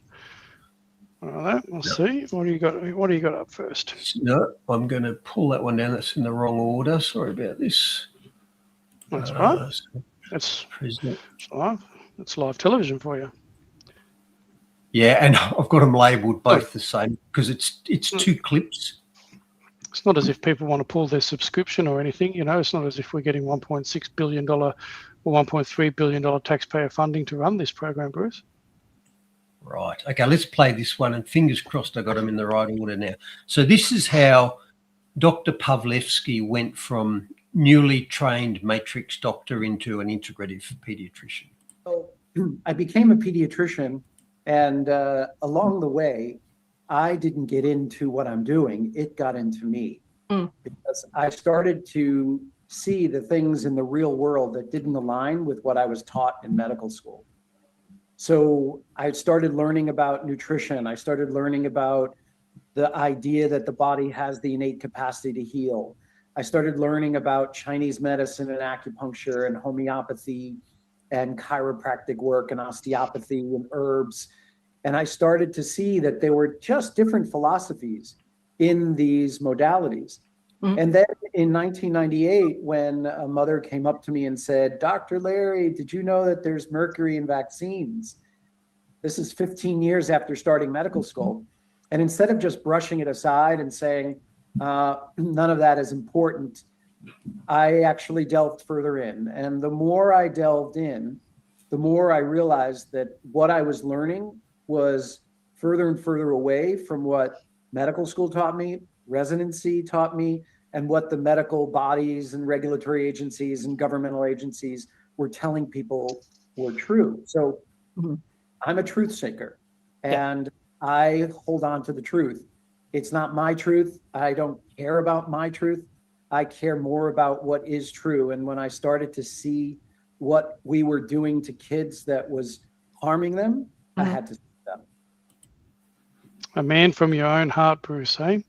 Just I got see- that genuine I see human so much character. there. That is the same journey. You know, I went through the approved indoctrination course, and then as I got more and more experience, I went, I want to keep learning. I want to look into this. I want to look into that, and started to notice disconnects between the official narrative, the doctrine, you know, the religious doctrine, and what other evidence said, what I saw in the real world. So I see in him, I see a very similar journey. You're quite right. Now, And it's been reaffirmed by people like Judy Williman and Ted Steele and others who clearly show that the institutions have been corrupted. They talk about this ad nauseum, about the institutions being funded and corrupted by players, interested players. So this comes all through the education system, the universities, the academia, the modeling, all that sort of stuff, all the BMJs and all that sort of stuff as well. Yeah, and instead of him spending his career just parroting the narrative and, writing the checks, he kept learning, and he started to notice that what he was told he was questionable. And the reason he was interviewed here was about the changes in the normal pediatric milestones. So he notes that the experts in America, the American Academy of Pediatrics, have changed the normal for kids for developmental. So they've pushed all the important milestones out later. And he's saying, well, why? After 100 years of it being normal, why is it now worse? What has changed? And I might point, just because something occurs later, you think, okay, well, who cares if the kid walks at 18 months instead of 16 months? Well, developmental delay, as anybody knows, it doesn't just mean you're a bit slower to get there. It means you don't get there. This is why they say someone had a mental age of 8. They didn't stop at 8. They took 20 years to get to 8. That's why delay is important. It shows that something is wrong and you're not going to reach your optimum potential. So let's see what he had to say about that. Yeah. Okay, I can see the similarity. That's great. All right, so let's talk about why you're here today.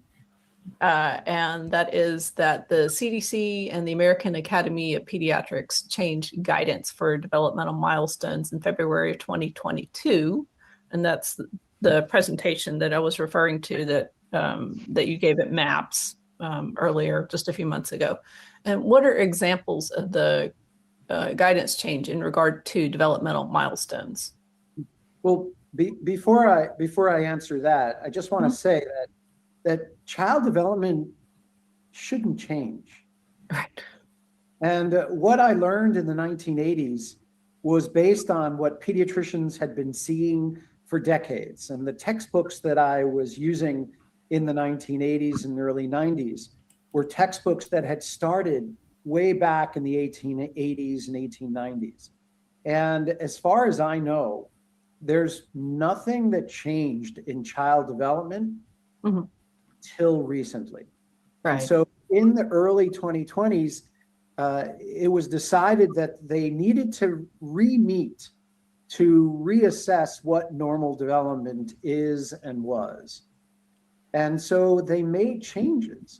And instead of a child normally sitting around 6 months, now a child will normally sit at 9 months. Right. And instead of a child rolling belly to back at 3 months, now it's normal at 6 months. And instead of a child walking around 12 months, now it's normal if they walk at 18 months. Instead of a child transferring objects from one hand to the next at 6 months, now it's closer to 9 months. And instead of a child pointing around a year, now it's 15 months to 18 months. Mm-hmm. Instead of a child, I mean, I remember I went back in the charts in my textbooks of pediatrics from the 1980s. Mm-hmm. The 50th percentile, so the median, where you'd expect the middle of the road of development to be for speech, 21 months was 50 words and 2 words together. Now it's 30 months is acceptable as 50 words. And you have to ask yourself, well, why would that change? Were we dumb back in the early 1900s? All throughout super smart. Did we just somehow not correctly assess children? Mm-hmm. Were we looking at things incorrectly? Did children all of a sudden change normal? And so I started to realize that, you know, we were now dumbing down. And the title of the talk at MAPS, which is medmaps.org, Medical Academy of Pediatric Special Needs, mm-hmm. The title was Child Development Before We Lowered the Bar. Yeah, that's, well, he articulates stuff really, really well, almost, you know, just like you, Bruce. Talks into the topic very well. Have you got Grok up there? Can you just grok him and see whether he's trustworthy or not? Yeah, no, I'll leave that to Dan. Dan's probably already on it. He's already, Dan's probably already on it. Dan's probably looking this dude up right now and looking at all his social media, and he's going to directly grok his social media links. So that's probably he's just probably distracted now, mate. You've probably sent him on an errand. You've probably sent him decoy. I've decoyed him. Decoy. They'd have, that looks interesting. I wouldn't mind. I'll look at that link and wouldn't mind watching that whole lot. That's very, very interesting. And you're right. It's that homogenization, isn't it? It's the same as they're doing with climate. It's the same as everything else, right? They're saying this is how it's always. This is normal, right? This is how it is all normal. And so they're fudging data and previous evidence and everything else like that. And this is because they control so much. The people that are behind a lot of the stuff that's trying to hoodwink us control. They have a lot of money. They control a lot of corporations, and they control studies and people that put studies together and organizations. It's people need to wake up. It's as simple as that, mate. People just need to wake up. And he went back to the analog records, the paper records. He looked at old pediatric textbooks. So he's not grokking it and saying what was normal in 1960, because that could be fudged.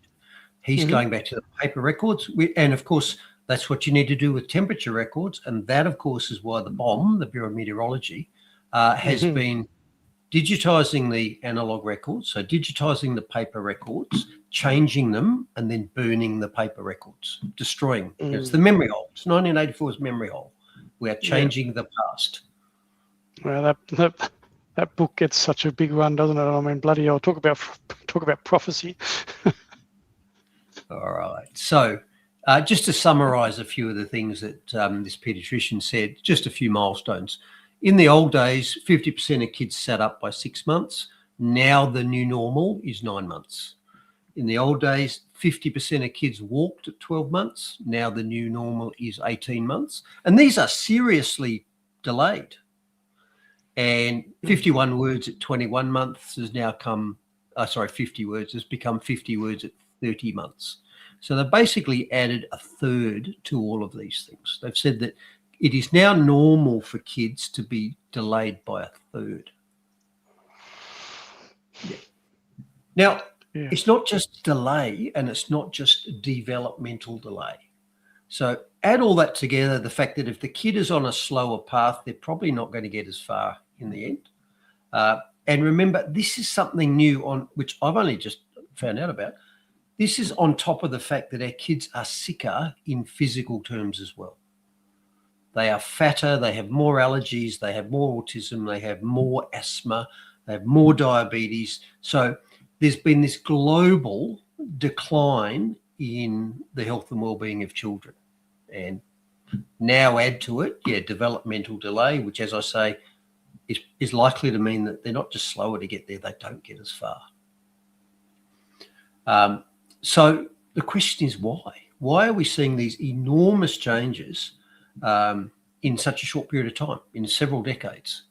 And one of the, I think, big failings of the autism industry is that they've looked at the genetics. They've said, well, search for the gene. Genes don't change radically across a population in a couple of generations. And genes that make you less fit certainly don't. So this isn't genetics. This is rewriting the past and saying it's now normal. It's not normal. Something has changed, and it's got to be something global. So I think the same thing that Robert Kennedy's been saying about autism is true here. The only thing that can be causing this is something in the environment. And I would think the big things in the environment to look at are toxins, pesticides, injectable toxins, vaccines, and probably foods.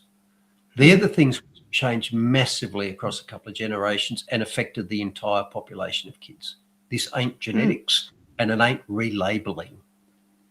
As he said, did we get it in a right? How hard is it to tell at what age your kid walks first? Most parents know that. They probably video it. Yeah, 100%. And we're saying that, oh no, they thought it was 12 months, but it was really 18. Yeah. No, and same with words. I remember the first word my son said, which was Kalgoorlie. I don't know if it was a made-up word. And I remember the first two words he put together, and he's an engineer now, his first two words he put together was press buttons. Oh, there you go. And that was around about the time that he put a muffin in the VHS. Oh no, press buttons. And he probably pressed Dad's buttons from ever since. Yeah, no, he knew how stuff works, and like I say, he's now an engineer. So yeah, exactly right. No.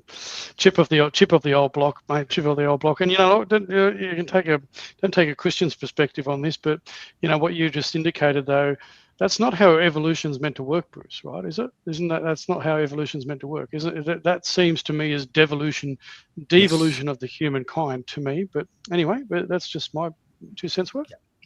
And evolution allegedly is genetics, and we've sort of looked at evolution in the past. Evolution doesn't work in 1 or 2 generations, particularly where the improvement is a downgrade. No, it's not that. And I make, where am I? Don't nuke Bruce. Don't nuke self. I'll pull out one other part from this, and this was the interviewer making the comment: the average is not optimal.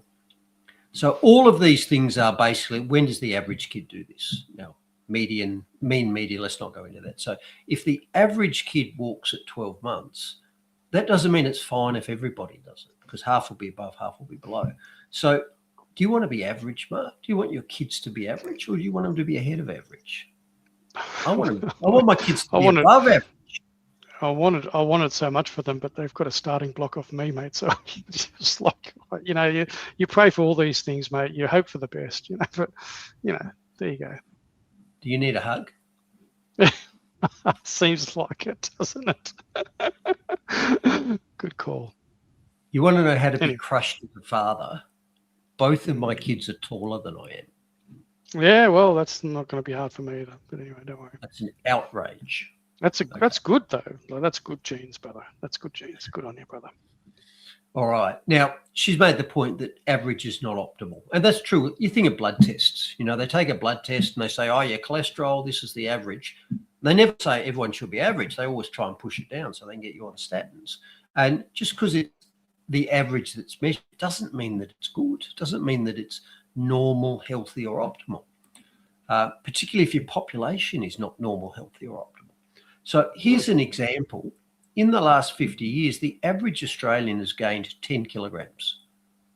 So best part of 15% of their body weight. That's a picture on a beach in the 1970s. So an average weight gain, it doesn't mean that it's normal now. If the average man now weighs 87 kilos, that doesn't mean that's the new normal. That must mean that they're all unhealthy. And I would argue that there's certainly a fair bit of that. Yeah, well, I love that image that you show sometimes when we're talking about the Aboriginal conversation that we have, and you have old mate with the bloody, the kill on his back, and he's, really lean and muscular, and and you show the, the opposite of where some of them are currently at. Yeah, that's right. But that would be the new normal. If you took that population now and measured them all out and averaged them, you'd say, okay, that's normal. No, it's not. It means that almost everybody's unhealthy. Yeah. Normal is not, well, what they class as normal is not natural or right, is it? Like, it's not what? Yeah, that's right. Especially if we can compare it to what was normal 100 years ago. Yeah, 100%. You can't say the population is healthier now. No, it's all part of the narrative, isn't it? All right. Now, changing topics completely, but to give Dr. Dan an in here. Does he really need any more ins, Bruce? Come on, seriously. But anyway. During the week, we've seen more of the government paid for media pushing out these anti-vax parents are killing us all stories. This is from the Advertiser. And they're accompanying them with the scary red graphs that they usually use for climate change. So you would have seen this. So almost the entire state of South Australia is red in terms of herd immunity, apparently. Now, I might add, it's still over 90% vax rate, but, the 10% unvaxxed are apparently going to kill all the vaxxed, which to me would be an argument for not vaccinating, but let's not go there. So I just wonder, do you think I'll have an impact on that, Bruce, seeing that I'm a South Australian based and we put this podcast out from here? Do you think, they're trying to say, look, there's too much of this talk on bloody Wake Up Australia. Like, we might have to do something about this. I think you overestimate the reach of your message, because I can't get my message out.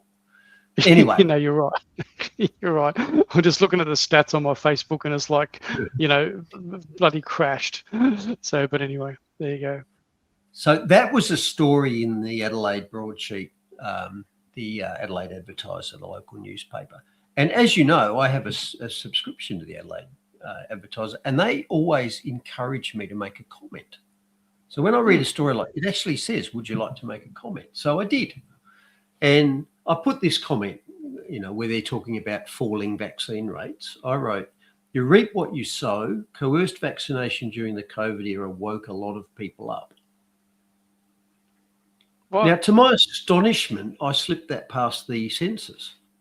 Blow me over with a feather, Bruce. Bloody hell. I just seen the published on there. I was went, really? They let that slip through, mate? Now, I therefore had a bit of fun, you see, because, and I'm going to show you the next few comments, because it illustrates, one, how brainwashed or how ill-informed the general public are, and two, how the mainstream media works to keep them that way. So after I slipped that one through, here's my next one. So in response to Common Sense, the author who said, abject foolishness by these entitled and ill-informed parents who want everyone else to vaccinate so their child doesn't have to. So my reply was, funny how you need my child vaccinated to protect yours. Isn't that like saying you need me to wear a seatbelt to protect you in a crash? Of course they're going to censor it. Now, I thought that was a pretty sort of pithy example. No, that didn't get published. You see it on the screen there, it's pending. That never got published, okay? So Common Sense never saw that, and neither did anybody else who read this story. No, and this is the advertiser, right? This is the Yes. this is the Yeah. the controlled media. Yep.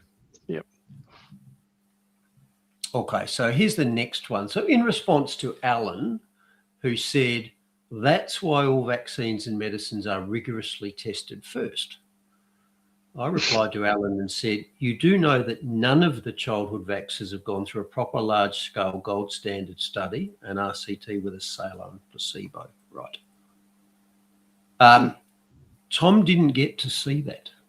He wasn't allowed to see that. So he wasn't allowed to know that, okay, maybe they aren't rigorously tested. Even though you put a PS saying that I have an epidermal okay, so, degree. See, that's why I'm the. Well,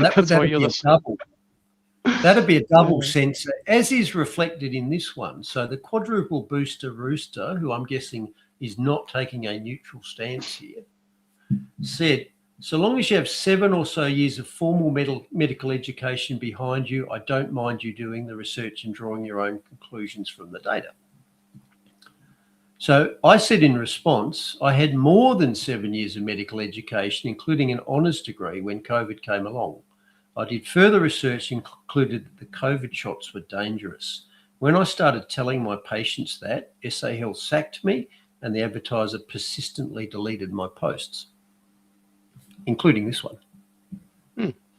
So I've had a commenter say, I'm interested in your opinion if you're properly trained. And I said, yeah, well, I am. But they didn't get to hear that. Yep.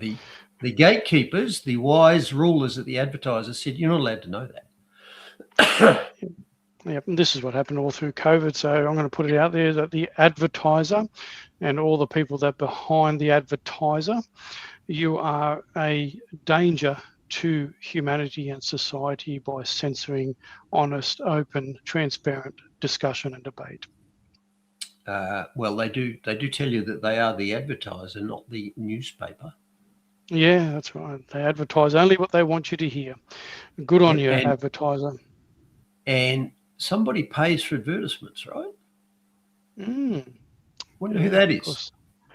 Yeah. Not taxpayer dollars, I hope. Well, obviously is, but it did come to mind. I know American ads have this all over the TVs. This publication is brought to you with funding from Pfizer. But anyway, did I say that? And it's usually played it about 4 times, and then they might show you all the side effects on the screen going zzz. Yeah, that's right. How can they do that for 9 pages? But anyway, did I say that? All right. So here's another comment. So Stephen commented, so if their child dies from something preventable, they need to understand it's their decision that caused the child's death. So my answer was, and what of the converse? SIDS cases cluster strongly around vaccinations, and we showed you the data last week, with 3/4 of them in the week afterwards when a 60-day window is monitored. Were you aware of that? Stephen does not get to become aware of that because he couldn't see what I said. No, that's right. And this is why not between me and Stephen. This is the advertiser is Stephen's doctor. Yep, 100%. And this is why people like Daniel keep getting away with what they're doing to try and debunk people like you, because people that you try and engage in the everyday community and the public, like forums like this on the advertiser, don't get to see this. So what they then see is a so-called doctor of, a heart doctor, claiming that you do belong in Cookipedia, Bruce, because he's got the censors on his side, because you are not allowed to have that conversation. And this is how it's worked all the way through the last 6 years. This is what's woken a lot of people up, and the censors continue. This is 6 years on, and it's not abating in any way, shape, or form. This is why the mainstream media is dying. If you're listening, advertiser content censorers. And if I might just paraphrase Robert Clancy, so we're talking about Dr. Dan. And to reflect his own words back at him, who is not one of Australia's most respected immunologists, who, as far as I know, has never treated a case of COVID. His opinion goes to air. not Robert Yep. Clancy's, not That's mine. right. Yep. And yes, Dan, I have treated COVID, and I have read extensively around immunology, and I have an epidemiology degree. Yep, and this is why the frustration keeps continuing, and this is why we continue to do what we do, and we try to, regardless of how many people are there. And look, I've been thinking about this, Bruce, and I haven't done it a lot, right? Everybody that's watching, like on the Cafe Locked Out on Rumble, we generally, kicking on around 3,000, 3,500 views. There's my Rumble, I've got the YouTube and all that. And I don't generally do this because I'm not about self-promotion. I've never really haven't, and you haven't been either. What I encourage people to do that are listening, whether there's 3,000 on Cafe Locked Out or whatever, is if you appreciate the stuff that's Bruce is talking about, he spends a lot of time putting this stuff together. I don't care about me and whatever. I provide the platform for Bruce, and that's about it, right? But he brings a lot of good content and information, and people like Dan and others get given the floor to share their views. I really, whether you're on YouTube, whether you're on Facebook, whether you're on X, whether you're on the two Rumbles, whatever, the best way that you can help Bruce and others to get the message out is share the videos, share it like with your circles, share it if you're not already. If you don't know, sometimes we prevent sharing stuff because we go, oh, they've probably already seen it, or they might be joining or whatever.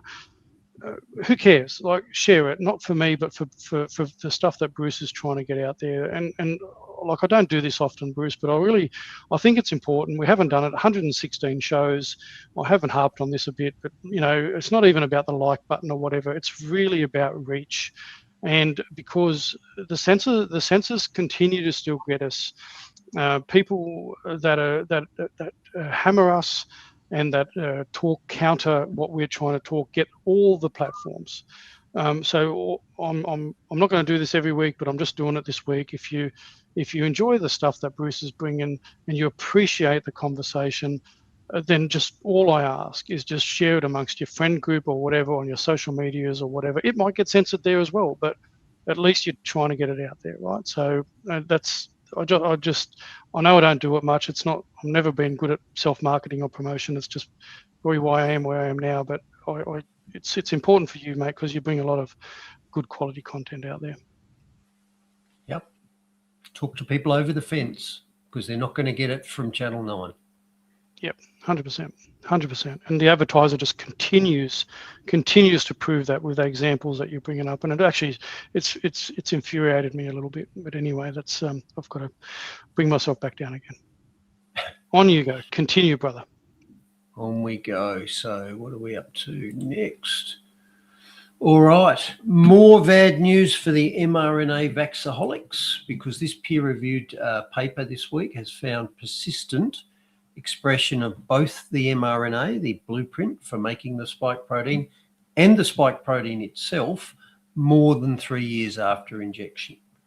So to read what the paper said, a 55-year-old man developed severe multi-system illness after his third COVID shot. mRNA and spike protein are still detectable 3.5 years later.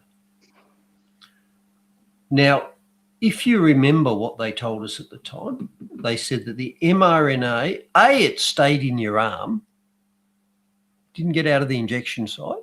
We know it goes all around the body. And then they said it's fragile and it gets broken up very quickly. No, it didn't stay in the arm. It spread widely, and it's still present more than 3 years later in this case. And the other thing they said, the spike protein will only be in your arm. Well, no, we know it goes all the way around the body as well. So there are two problems of the safe and effective that they told us at the very start. And they would have known this because the original delivery system, the lipid nanoparticle, was developed to get drugs all around the body, including into the brain. So anything you put in that, which was the mRNA, is also going to go all around the body, including into the brain. And when the mRNA, the blueprint for making the spike protein, gets into the cells, it's gone all over the body. So cells all around your body can make it, which is why in this case, this person's got multi-system disease. They haven't just got a sore arm because it stayed there. It's all around their body because it went everywhere. So, and put that in the context of they're already bringing out mRNA flu shots. They love the mRNA platform, even though it's fundamentally dangerous. It is so quick to change the blueprint and stamp out more and more vaccines. That's why they're pushing it. I think that was one of the main reasons they pushed it at the start. They really wanted it to succeed because it was a huge business opportunity, not just for COVID, for every vax, for drugs. This isn't going away. And hey, I'm not taking any more vaxes, but if I did, certainly not going near anything with mRNA in it. There's no off switch, Mark.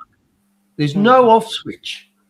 We give you a blueprint and we don't know how long it takes before it goes away. We don't know. In this case, 3 years. Sad thing is, though, Bruce, someone like you who's who likes his meat, you know, as do I. There's that they're putting this technology into beef and all sorts of things. They're looking at this sort of technology for that. So spraying it, putting it in the air. There's all these technologies. So, yep. I mean, getting us from every angle. That's true. And I'm less worried about that than I am about injectable mRNA, because if you eat a steak or an apple, that's got cells in it. Those cells in it have got DNA and mRNA. That goes into your gut. Your gut knows that's bad stuff, so it destroys it and doesn't absorb it. That's the reason why they injected you with a COVID shot, when it would have made far more sense to spray it up your nose. You know, think of the word of the discredited immunologist, Professor Clancy, who's not a top immunologist and has never treated a COVID patient. That Professor Clancy, he educated me and others to the fact that you've got two complete immune systems. You've got your external immune system called the mucosal immune system, which defends everywhere poisons get into your body in nature. So if you eat them or breathe them in, that's how they get into the body. They have to cross a surface that is defended by the mucosal immune system. And so that immune system is all throughout your gut, in your mouth, in your gullet, in your colon, everywhere.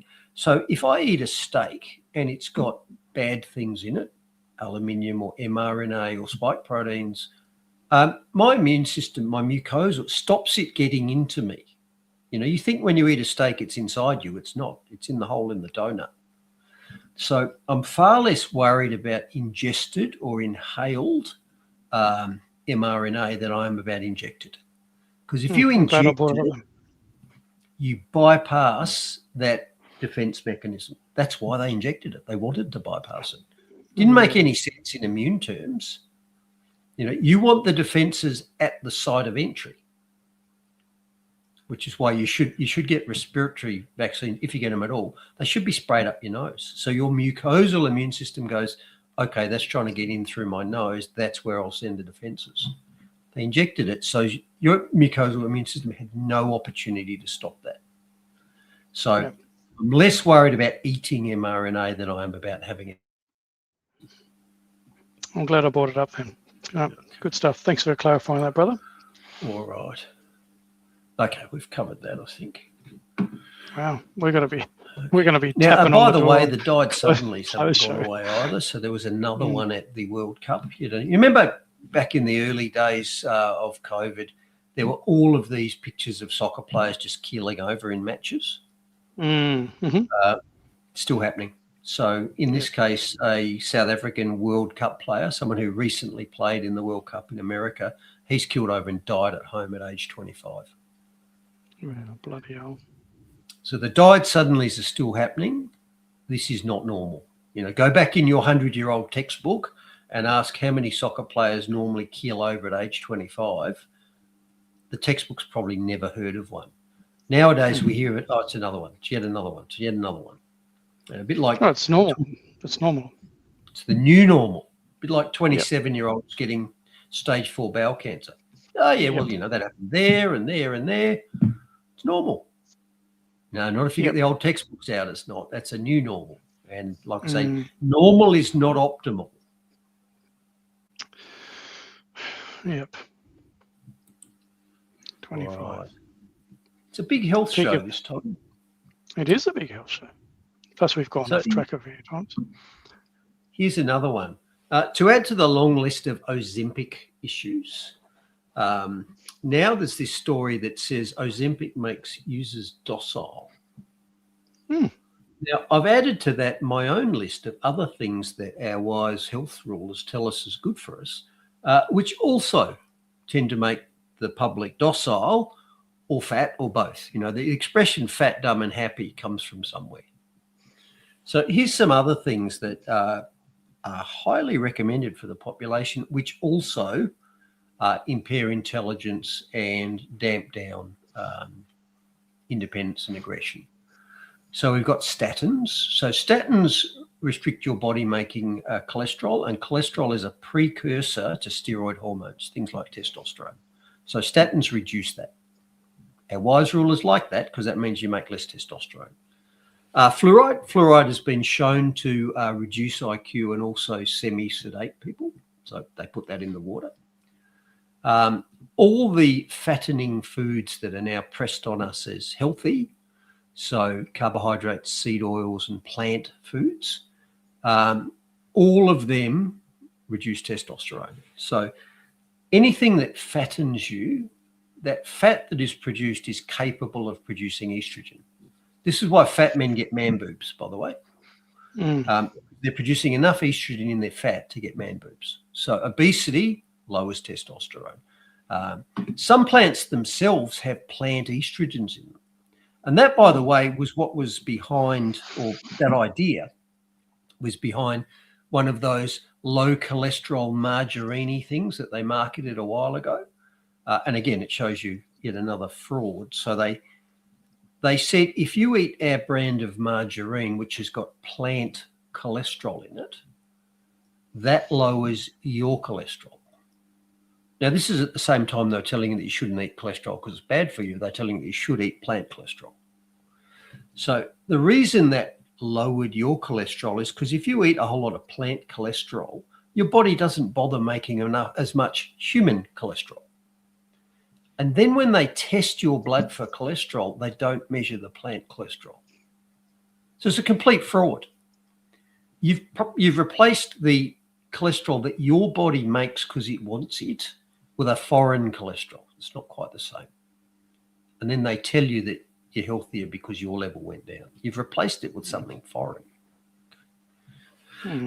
We've got the Teflon and plastic story, and that's still out there, but PFAS and so forth is getting bigger and bigger. We are bathed in hormone disruptor pesticides. One of the ways you kill an insect is you affect its hormones, and that includes reproductive hormones. And we spray them everywhere on everything, and that includes herbicides too. We've got the war on sunlight. Now, the way that sunlight docilates the avoiding sunlight docilates the population is sunlight is critical for vitamin D, and vitamin D is one of the things you use to make sex hormones. So if you're deficient in vitamin D, you're going to be deficient in testosterone. And then finally, we've got the whole modern world where we don't live naturally under natural light. In nature, you sleep when it's dark, the sun comes up, you have a low orange light, and then that rises up into the sky and becomes blue. And that sets your circadian rhythms. Then it goes down at night, and you either have no light or you have a low orange light because you're sitting around a fire. So we replace that with screens and televisions which blast blue light into you at 11 o'clock at night and tell you that it's still daylight. This is one of the reasons why so many people have sleep disturbances, insomnia. It's because their sleep cycle is disrupted by artificial lighting and blue screens. So I can attest to that. So add to all of the health choices that are being pushed on us, yet another one, Ozempic's going to dumb you down as well. And isn't it interesting? None of the health choices that our wise rulers are pushing on us are things that make you stronger, healthier, or more independent. None of them. Yeah, nothing. Look at the list. Exactly right. Same as they did during COVID. Yep, Everything was counterintuitive to what the normal standard way of living is. And it couldn't be accidental. They couldn't have made so many wrong decisions. No. They were deliberate. Yep. All right. And it continues, and it continues. Now, his friend of the channel, Albert Baller, now Oh that my it gosh. appears that Ozempic is going to be available in a pill form, not just in an injectable form, here we've got Albert Baller, Pfizer CEO, positively salivating about what the benefits might be of that. Oh yeah, the benefits. Great bottom line for Pfizer. Oh, did I say that? Basically biological chip. It is in the tablet. And once you take the tablet and dissolves into your stomach, sends a signal that you took the tablet. So imagine the applications of that, compliance. The insurance companies to know that the medicines that patients should take, they do take them. It is fascinating what happens in this field. So I loved it. He's talking about compliance. The medicines you should take, we can tell whether you did. You're salivating over it, Albert. I can tell. Who would have ever thought? Who would have ever thought that I have salivated about it? Notice the background. Notice where he said this. Yeah, of course. Yeah. You will own nothing and be happy people. He's telling them how to force it on you, how to confirm compliance. Mm. Yep. All right. Good on you. Good on you, Albert. Good on you, Albert. And just before you do move on, here's a quick question someone's put in. What's your opinion on nicotine killing the spike protein? There's been stories about that going on around. Okay, I'm still learning about nicotine, and indeed I've been taking it for a couple of months as a personal experiment. Okay. And despite the prevailing narrative being that nicotine is a poison and it's the addictive component in cigarettes, there's an alternative viewpoint in the forbidden to be mentioned community that says nicotine is not addictive at all. It's all the other stuff in cigarettes that are addictive. And the reason people say, well, you might want to take it beneficially, nicotine or something very close to it is one of the neurotransmitters that is used in your body. You have nicotinic and muscarinic nerve receptors in your body. And I noticed many, many years ago as a junior doctor that the world champion chain smokers were schizophrenics. Schizophrenics not only lit one cig from the other one, they smoked more than one at once. And the reason for that is that they are self-medicating with nicotine. They found it helpful. That's why they were doing it. It's a bit like why people with severe PTSD drink alcohol, because it helps. It's good for the dreams and the flashbacks and all that sort of stuff. They learn what helps and they do it. So I'm open to the idea that nicotine may have therapeutic uses and that it may not be addictive. And certainly, like I say, I've been using a nicotine spray for a month or two, just as an experiment. Personally, I haven't really noticed any benefits. Many people say that it gives them better mental clarity, less forgetful. They feel brighter. I feel like that all the time, which I think is because of my carnivore diet. So other people say arthritic aches and pains is great for. So I'm open to the idea that it has therapeutic uses, and I have not noticed any dependence whatsoever. You know, I can go a few days and think I should have another spray. It's not like I'm waking up, where's my next spray? So I'm noticing no addictive features whatsoever. I'm not noticing benefits. Other people have reported it. So I'm very open to that idea. And I put Ivan's comment up there. So Ivan said, okay, nicotine from the nightshade family. Ivan's right. Tomatoes, eggplants, and potatoes have lots of nicotine in them. They're not banning and taxing those. Of course not, Bruce. If they were really worried about nicotine, you wouldn't be able to buy, tomato seeds at Bunnings. That's why a lot of people went rollies, right? They got the pure tobacco, they roll their own, whereas the cigarettes you buy actually have a lot of chemicals and other things put into in the mix of it. And a lot of people actually recommended rollies. I went through a stage of smoking rollies for a while for that reason, because people used to say that just the chemicals they put in the other stuff. Yep. And while you're on the topic of talking about the nicotine, how you're trialing that, I went out and invested in a earthing sheet for my bed Yes. because I did Yes.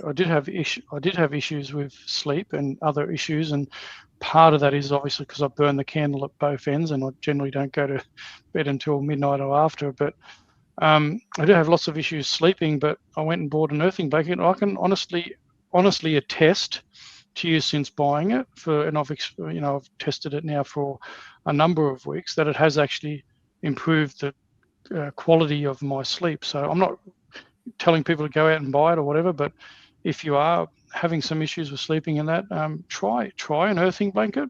Okay, it's a couple of $100 you might invest in it, but for me, I can say based on my own personal experience, and I wanted to leave it a few weeks before I mentioned it, I have actually found some benefits for it. Yep. And I've also done a shallow dive into that rabbit hole, to mix my metaphors. And the theory is that your body is an electrical conductor, and it is. That's how your nerves work. That's how your heart works. It's full of electrical signals. It's how your brain works. So your body definitely has electrical circuitry. And again, in nature, it's not normal for us to be sitting inside on surfaces that are not conductive, wearing socks and shoes, or going outside. Going back in time, you would be out with bare feet on the soil much of the time. So that allows an electrical connection between your body and the ground. And if you doubt that, I mean, how many times have you static shocked yourself off something? Your body can build up a charge, which then discharges. So there's a theoretical reason why earthing might be a good idea, to allow that natural discharge of charges that might build up. Now, having said that, I know people who've tried it and really not experienced any benefit. I haven't really tried it because, to be honest, my feet are tender. I can't go around in bare feet. The ground is either too hard or it's soft and muddy. And to be honest, I feel fabulous all of the time. Literally all the time. I don't reach out and say, "Oh, if only I could fix this problem," So I'm open to it. What we're doing in modern society is unnatural in that respect, like so many other things. And if you're having signals that your body's not happy, that's definitely something you might want to look at. 100% carnivore diet and fasting and a bit of musket every now and then seems to be working all right for you, Brother Bruce. Alcohol for the PTSD and nicotine. Cool. Right. What if I can get alcohol on the NDIS? I'll ship you a box of musket, mate. Don't worry. Ooh, what are you doing? I know. And I had a flash of panic that I might have just nuked that, but no, okay. Government and government overreach. Not so much government. This is government overreach. This is government. So, for those of you who haven't seen it, the One Nation Party has this ongoing sequence of 5-minute animated cartoons that make relevant political points. And these, to my mind, are extremely effective. And I'm going to show you one of them here because it's a recent one. We talked about Hitler turning up in modern-day Berlin. This is Paul Hogan turning up in modern-day Australia. And it ticks so many of the boxes that I think ordinary Australians are thinking, hey, our country's changed and we're not happy about it. And this form of communication is incredibly effective. And I liken it to the Iranian Lego videos. They're small, catchy animations that really make fun of things but make a serious point. So this is the current, or might be current but one, Please Explain from One Nation. Yeah, I watched a few of theirs. Yep. Some of them are quite edgy. You look like you need permanent residency here in Australia. But don't you worry about assimilating. You don't have to learn how to say g'day. Hell, you don't even have to learn English at all. Sawadee ka, namaste, ni hao, assalamu alaikum. It's not like we've got one cohesive culture here in Australia. That'd be boring and racist. Nah, we're multicultural, which means everyone lives as separate and distinct tribes. And no matter how incompatible an aspect of your culture is, we'll celebrate it. I can't believe she's already been forced to marry. Seems like just yesterday she was circumcised. So come on, why don't you join the other 500,000 people a year and come to Australia? I'll chuck another shrimp on the barbie for you. And some horse, and some dog, blue whale, some bugs, guinea pig, you dolphin. And don't you worry about what some red-headed pelican from Ipswich says, all right? Everything's great here in Australia. The government's great. Anthony Albanese's great. He might be the best, most honest and competent Prime Minister ever. No wonder everyone loves him and will definitely vote for him. Cut! That's a wrap for Paul Hogan, everybody. Good work, Paul. That's going to be a great ad. Should bring in a lot more votes. Hey, migrants. Yeah, right. And their money. Money? Oh, of course, money. Here you are, Paul. Here's a big bag of money. Oh, you beauty. You know what? Instead of taking this back to the United States, where I've lived permanently for the last 3 decades, I'm going to use this big bag of money to spend the rest of my days here in Australia. Not so fast there, Hogs. Boy, get your hands out of my hard-earned money. Oh, but I need my income tax. Well, why don't I just fix you up later? Ha, no way. We're not going to fall for that again. Again? What are you suggesting that I previously used offshore companies and tax havens to avoid paying $150 million of tax on my earnings from Crocodile Dundee? No, yes. Paul Hogan, we would never make an accusation to engage in tax evasion or fraud. Yeah, good, because I settled that with the ATO confidentially, behind closed doors, without any admission of wrongdoing. Yes, of course, Paul. That's a completely normal thing to happen and had nothing to do with you getting preferential treatment or anything. Oi! Oh, come on, Paul, you got to pay income tax. It's how we fund the essential services that make Australia the greatest place on earth. All right, fine. How much? 47%? The marginal tax rate? That's fair. Don't you worry, Paul. Wait till you see what we spend it on. We're going to be very responsible with it all. Far out, Brussels sprout. Well, can I at least get someone to give me a lift to the pub? Oh, bugger me. Step on it, Uber Steve. Take me to the nearest pub. There's one 2 miles away. No worries, Mr. Paul. In this traffic, it should take about an hour. Struth! Footy on, is it? No. It's always like this. The government keep bringing in more people and we cannot support it. Oi, you're starting to sound like that bloody pelican. Anti-migrant rhetoric like that is un-Australian. Where are you going, Mr. Paul? I'm just going to run and grab some ciggies. Keep the meter running, Uber Steve. Yeah, no how. Give us a pack of Winnie Reds, will ya? Yeah, that'll be $50. Who's up, mate? I want a packet, not a bloody carton. $50. Jesus. Pack of Winnie Reds was 40 cents back when I did the commercials. $50 for a pack of darts. That's un-Australian. Oh, un-Australian. You want the cheap Chinese smokes? $11. Hey, don't be racist. Just because a cigarette's Chinese doesn't make it any less. Oh, yes, it does. You see, this $50 packet's got $30 in excise tax, plus $5 GST. Gee whiz, that's daylight robbery. Nah, that's daylight robbery. Huh? Give us the bag. Ha, that's not a knife. This is a knife. Oh, that's a machete.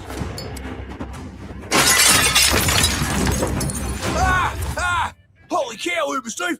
You're not going to believe this. That tobacco shop just got bloody firebombed. Happens every day.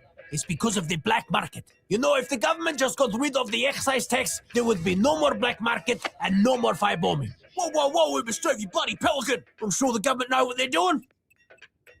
Oh no, I need petrol. Oh, well, there's a servo right there. It's not the proximity that is the problem, it is the price. I cannot afford it until Tuesday. If only the government dropped the excise tax on petrol.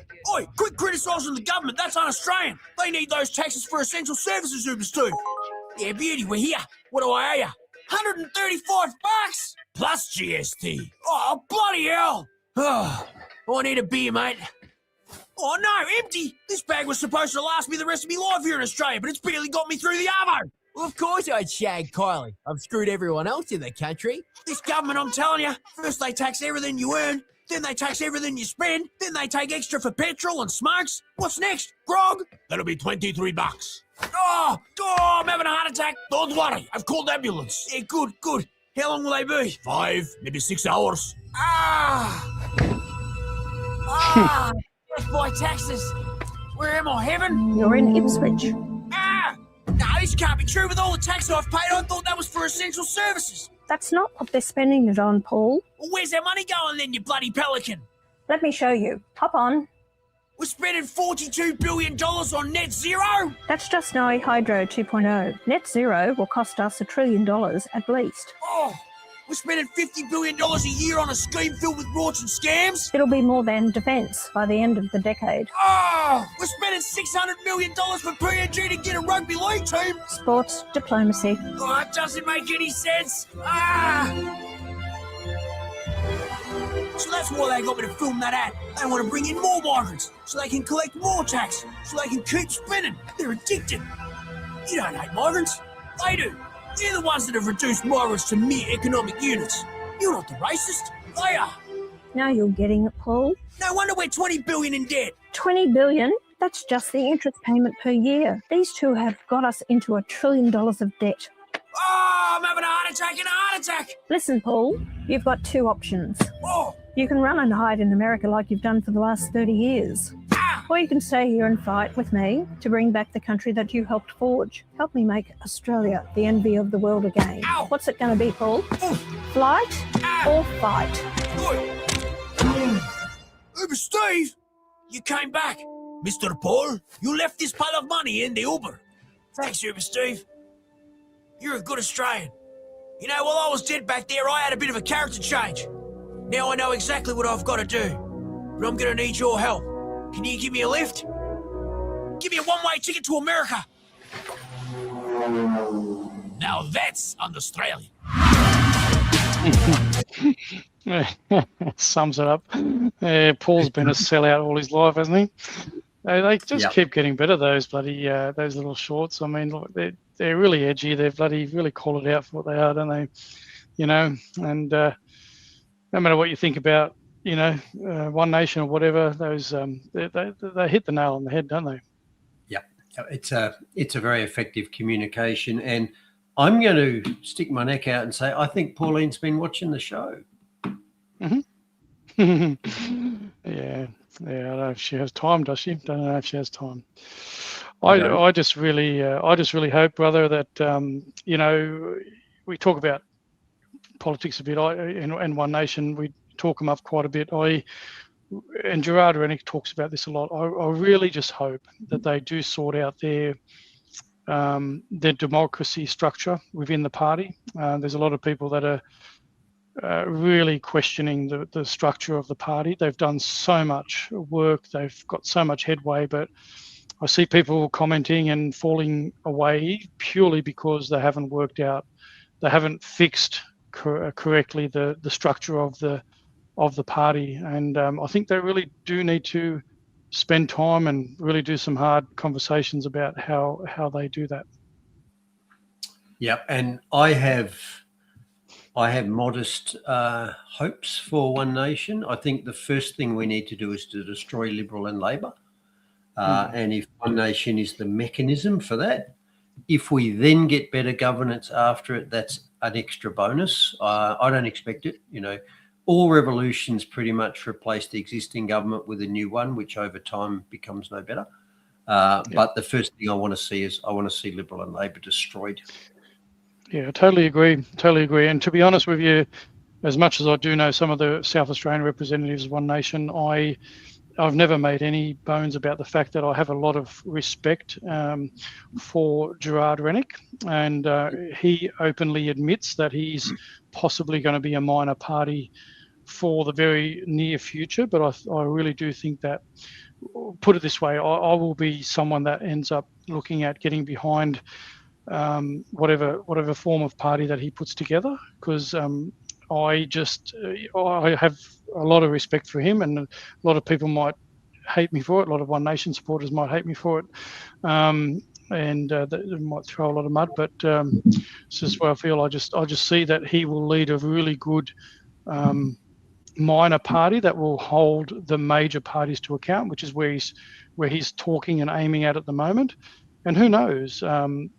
He may turn into a major party down the track, many years down the track, which means that there has to be a minor party that holds possibly his party to account. But that's just how it works.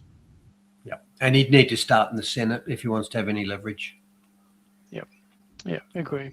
Yep, no, tons of respect for him. Now I know we're actually bumping. We've gone 2.5 hours, Bruce. I think that was your last one, wasn't it? Because I think or have you got more? Was that and have you got more? I got one more. Mm-hmm. And it'll be a quickie. So one for the climate change end files. So climate change is causing child marriage. Oh my gosh.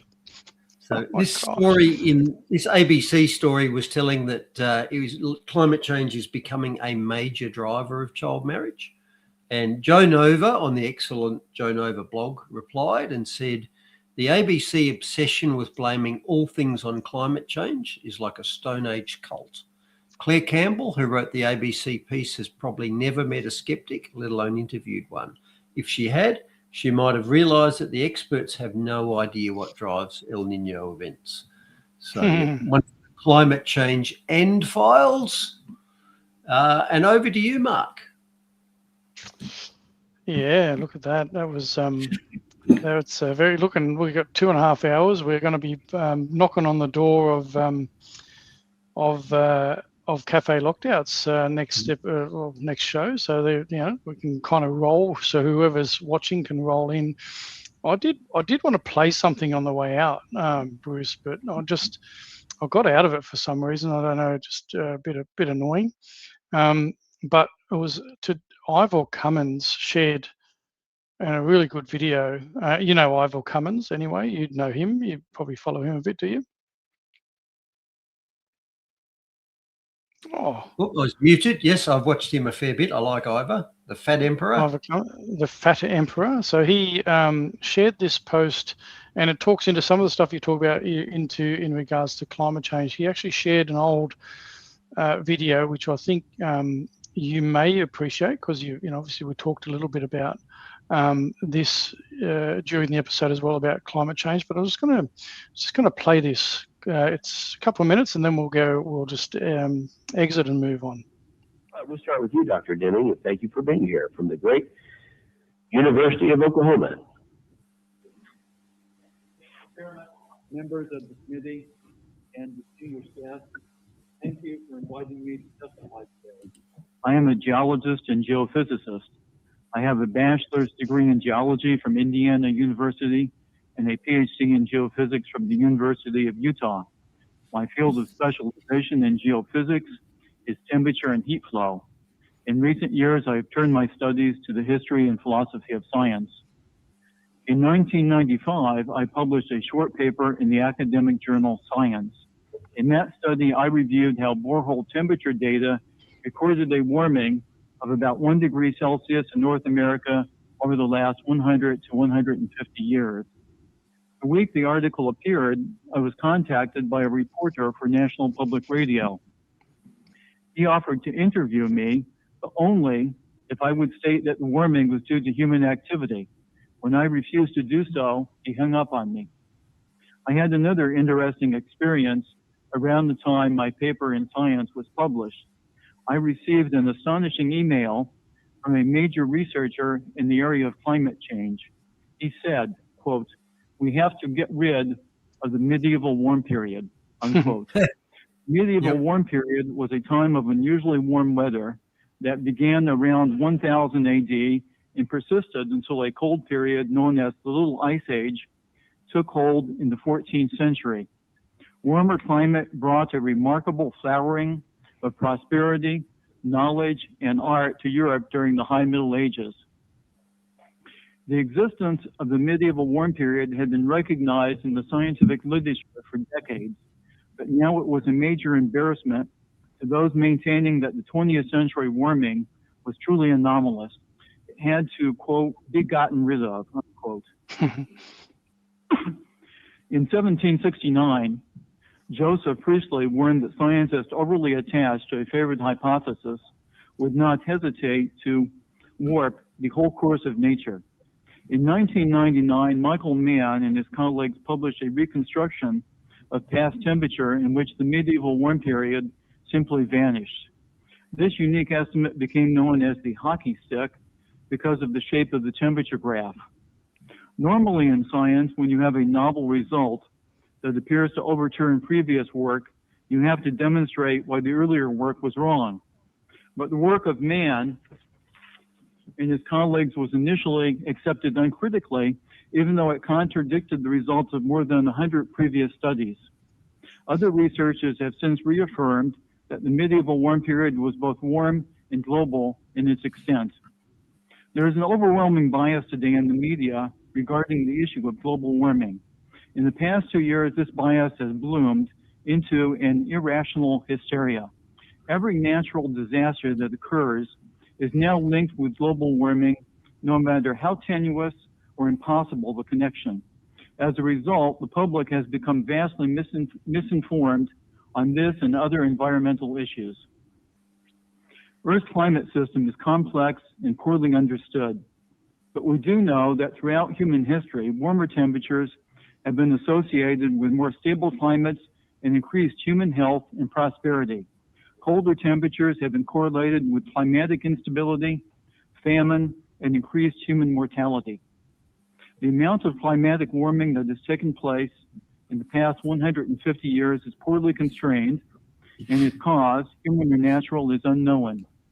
There is no sound scientific basis for predicting future climate change with any degree of certainty. If the climate does warm, it is likely to be beneficial to humanity rather than harmful.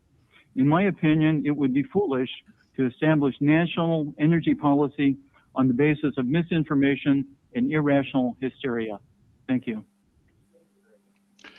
We'll start with you, Dr. Denning. And thank Listen you for to being his here from the credentials great again, this guy. University of Oklahoma. Chairman, members of the committee, and distinguished guests, thank you for inviting me to testify today. I am a geologist and geophysicist. I have a bachelor's degree in geology from Indiana University and a PhD in geophysics from the University of Utah. My field of specialization in geophysics is temperature and heat flow. In recent years, I have turned my studies to the history and philosophy of science. Have been correlating future 787 scientists from 462 institutions in 42 countries over the last 20 years who have contributed to papers establishing that medieval warm period was real, was global, and was warmer than the present, and yet the UN says that there wasn't a medieval warm period. That is the scientific consensus, if you do science by consensus, which the UN says it does. But on the question of the medieval warm period, the UN refuses to accept the scientific consensus. Instead, it uses made-up graphs. And by the way, another example of the cover-up is if you go to the IPCC webpage, you cannot access the first and second reports anymore. They're gone. Isn't that something we were talking about? You articulated very well through your own presentation tonight about just pretty much sums it up, isn't it? About fabricating data, removing data, homogenizing data, all through everything that we talk about that's affecting us today. Yeah, and that professor there reminds me very much of Australia's Ian Plimer, because they're both from the same field. They're from geology. And Ian Plimer, who's a global warming skeptic, he looks at Earth's climate from a geological time point of view. He goes back a long time. Now, contrast that to the climate experts nowadays who think they can make conclusions from a few decades. How long ago are temperature records reliable? And Ian Plimer says the modern climate scientists, they're basically looking at the first page of the book of the Earth, and they think they understand everything. So they have no idea about the long-term climate on the Earth because they're only reading the start of the first page. If you really want to know about climate on the Earth, you've got to read way deep into the book. So he makes that point. And let me make another point. I don't think anybody disputes the fact that sometimes the Earth is warmer and sometimes the Earth is cooler. That's the whole argument. No, I don't agree. Some days are warmer, some days are cooler. So here's the question. The current global warming worriers are telling us that the Earth's temperature has gone up lately and that's bad. Okay. So my question to them is, how do you know what it used to be was optimal? How do you know 1 degree cooler is perfect? How do you know it's not on the bad end of the scale and 1 degree of warming is good? Maybe 2 degrees of warming is good. And as this professor mentioned, when the Earth gets colder, animal life suffers. There's less food and the climate is harsher. Humanity prospers when the temperature warms up. And you see this in geographic terms. You know, Iceland does not have a population of 100 million people. Africa does. Because one is very cold, very harsh, and it's very tough to live there. And the other one, it's warmer, and so plants and animals are abundant. That's all I got to say. Yeah, no, exactly right, mate. And as we've discussed on this show multiple times, cold kills more people than heat. So there you go. There you go. And that just to give that reattribution to that Ivor Cummins, Fat Emperor, I recommend following him. He's a very switched on, clever guy as well. He put on that post occasionally, not too often. I share a video clip that should really be shared with every human on the planet. Seriously, this is one of those, the only clip people need to see on Rockefeller's climate change project. And Ivor Cummins has gone down the rabbit hole on so many things. Very smart guy, just like yourself, Bruce, and it talks into a lot of these topics. So thank you again, my friend. We're knocking on the door on Michael's next show, and really genuinely always appreciate what you're doing. And as I said earlier on, I really do encourage people, if what Bruce is sharing has resonated with you, he's given you 2 hours worth of content, my bit of blabbering in between. If it resonates with you, share with people. Talk to them over the fence about what you've learned. Take little clips, whatever you do. We don't ask for much. Just we appreciate your viewership. But yeah, please, if you could just share it, that'd be great. God bless you all. Thank you, my brother. I'll see you next week, and hope you all have an amazing, blessed week. So the signs were there for all to see, the signs that we lost our way. When we jail our heroes and applaud our villains, we turn our hearts away. Like a silent choir, too scared to sing the anthem from a braver day. A song our children need to hear, the ballad of Dr. Bruce Paix.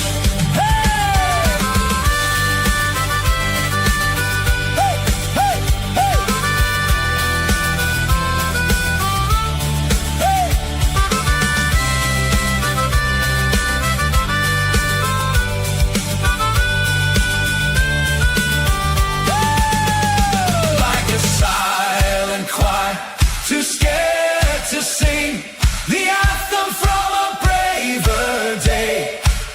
A song our children still need to hear, the ballad of Dr. Bruce.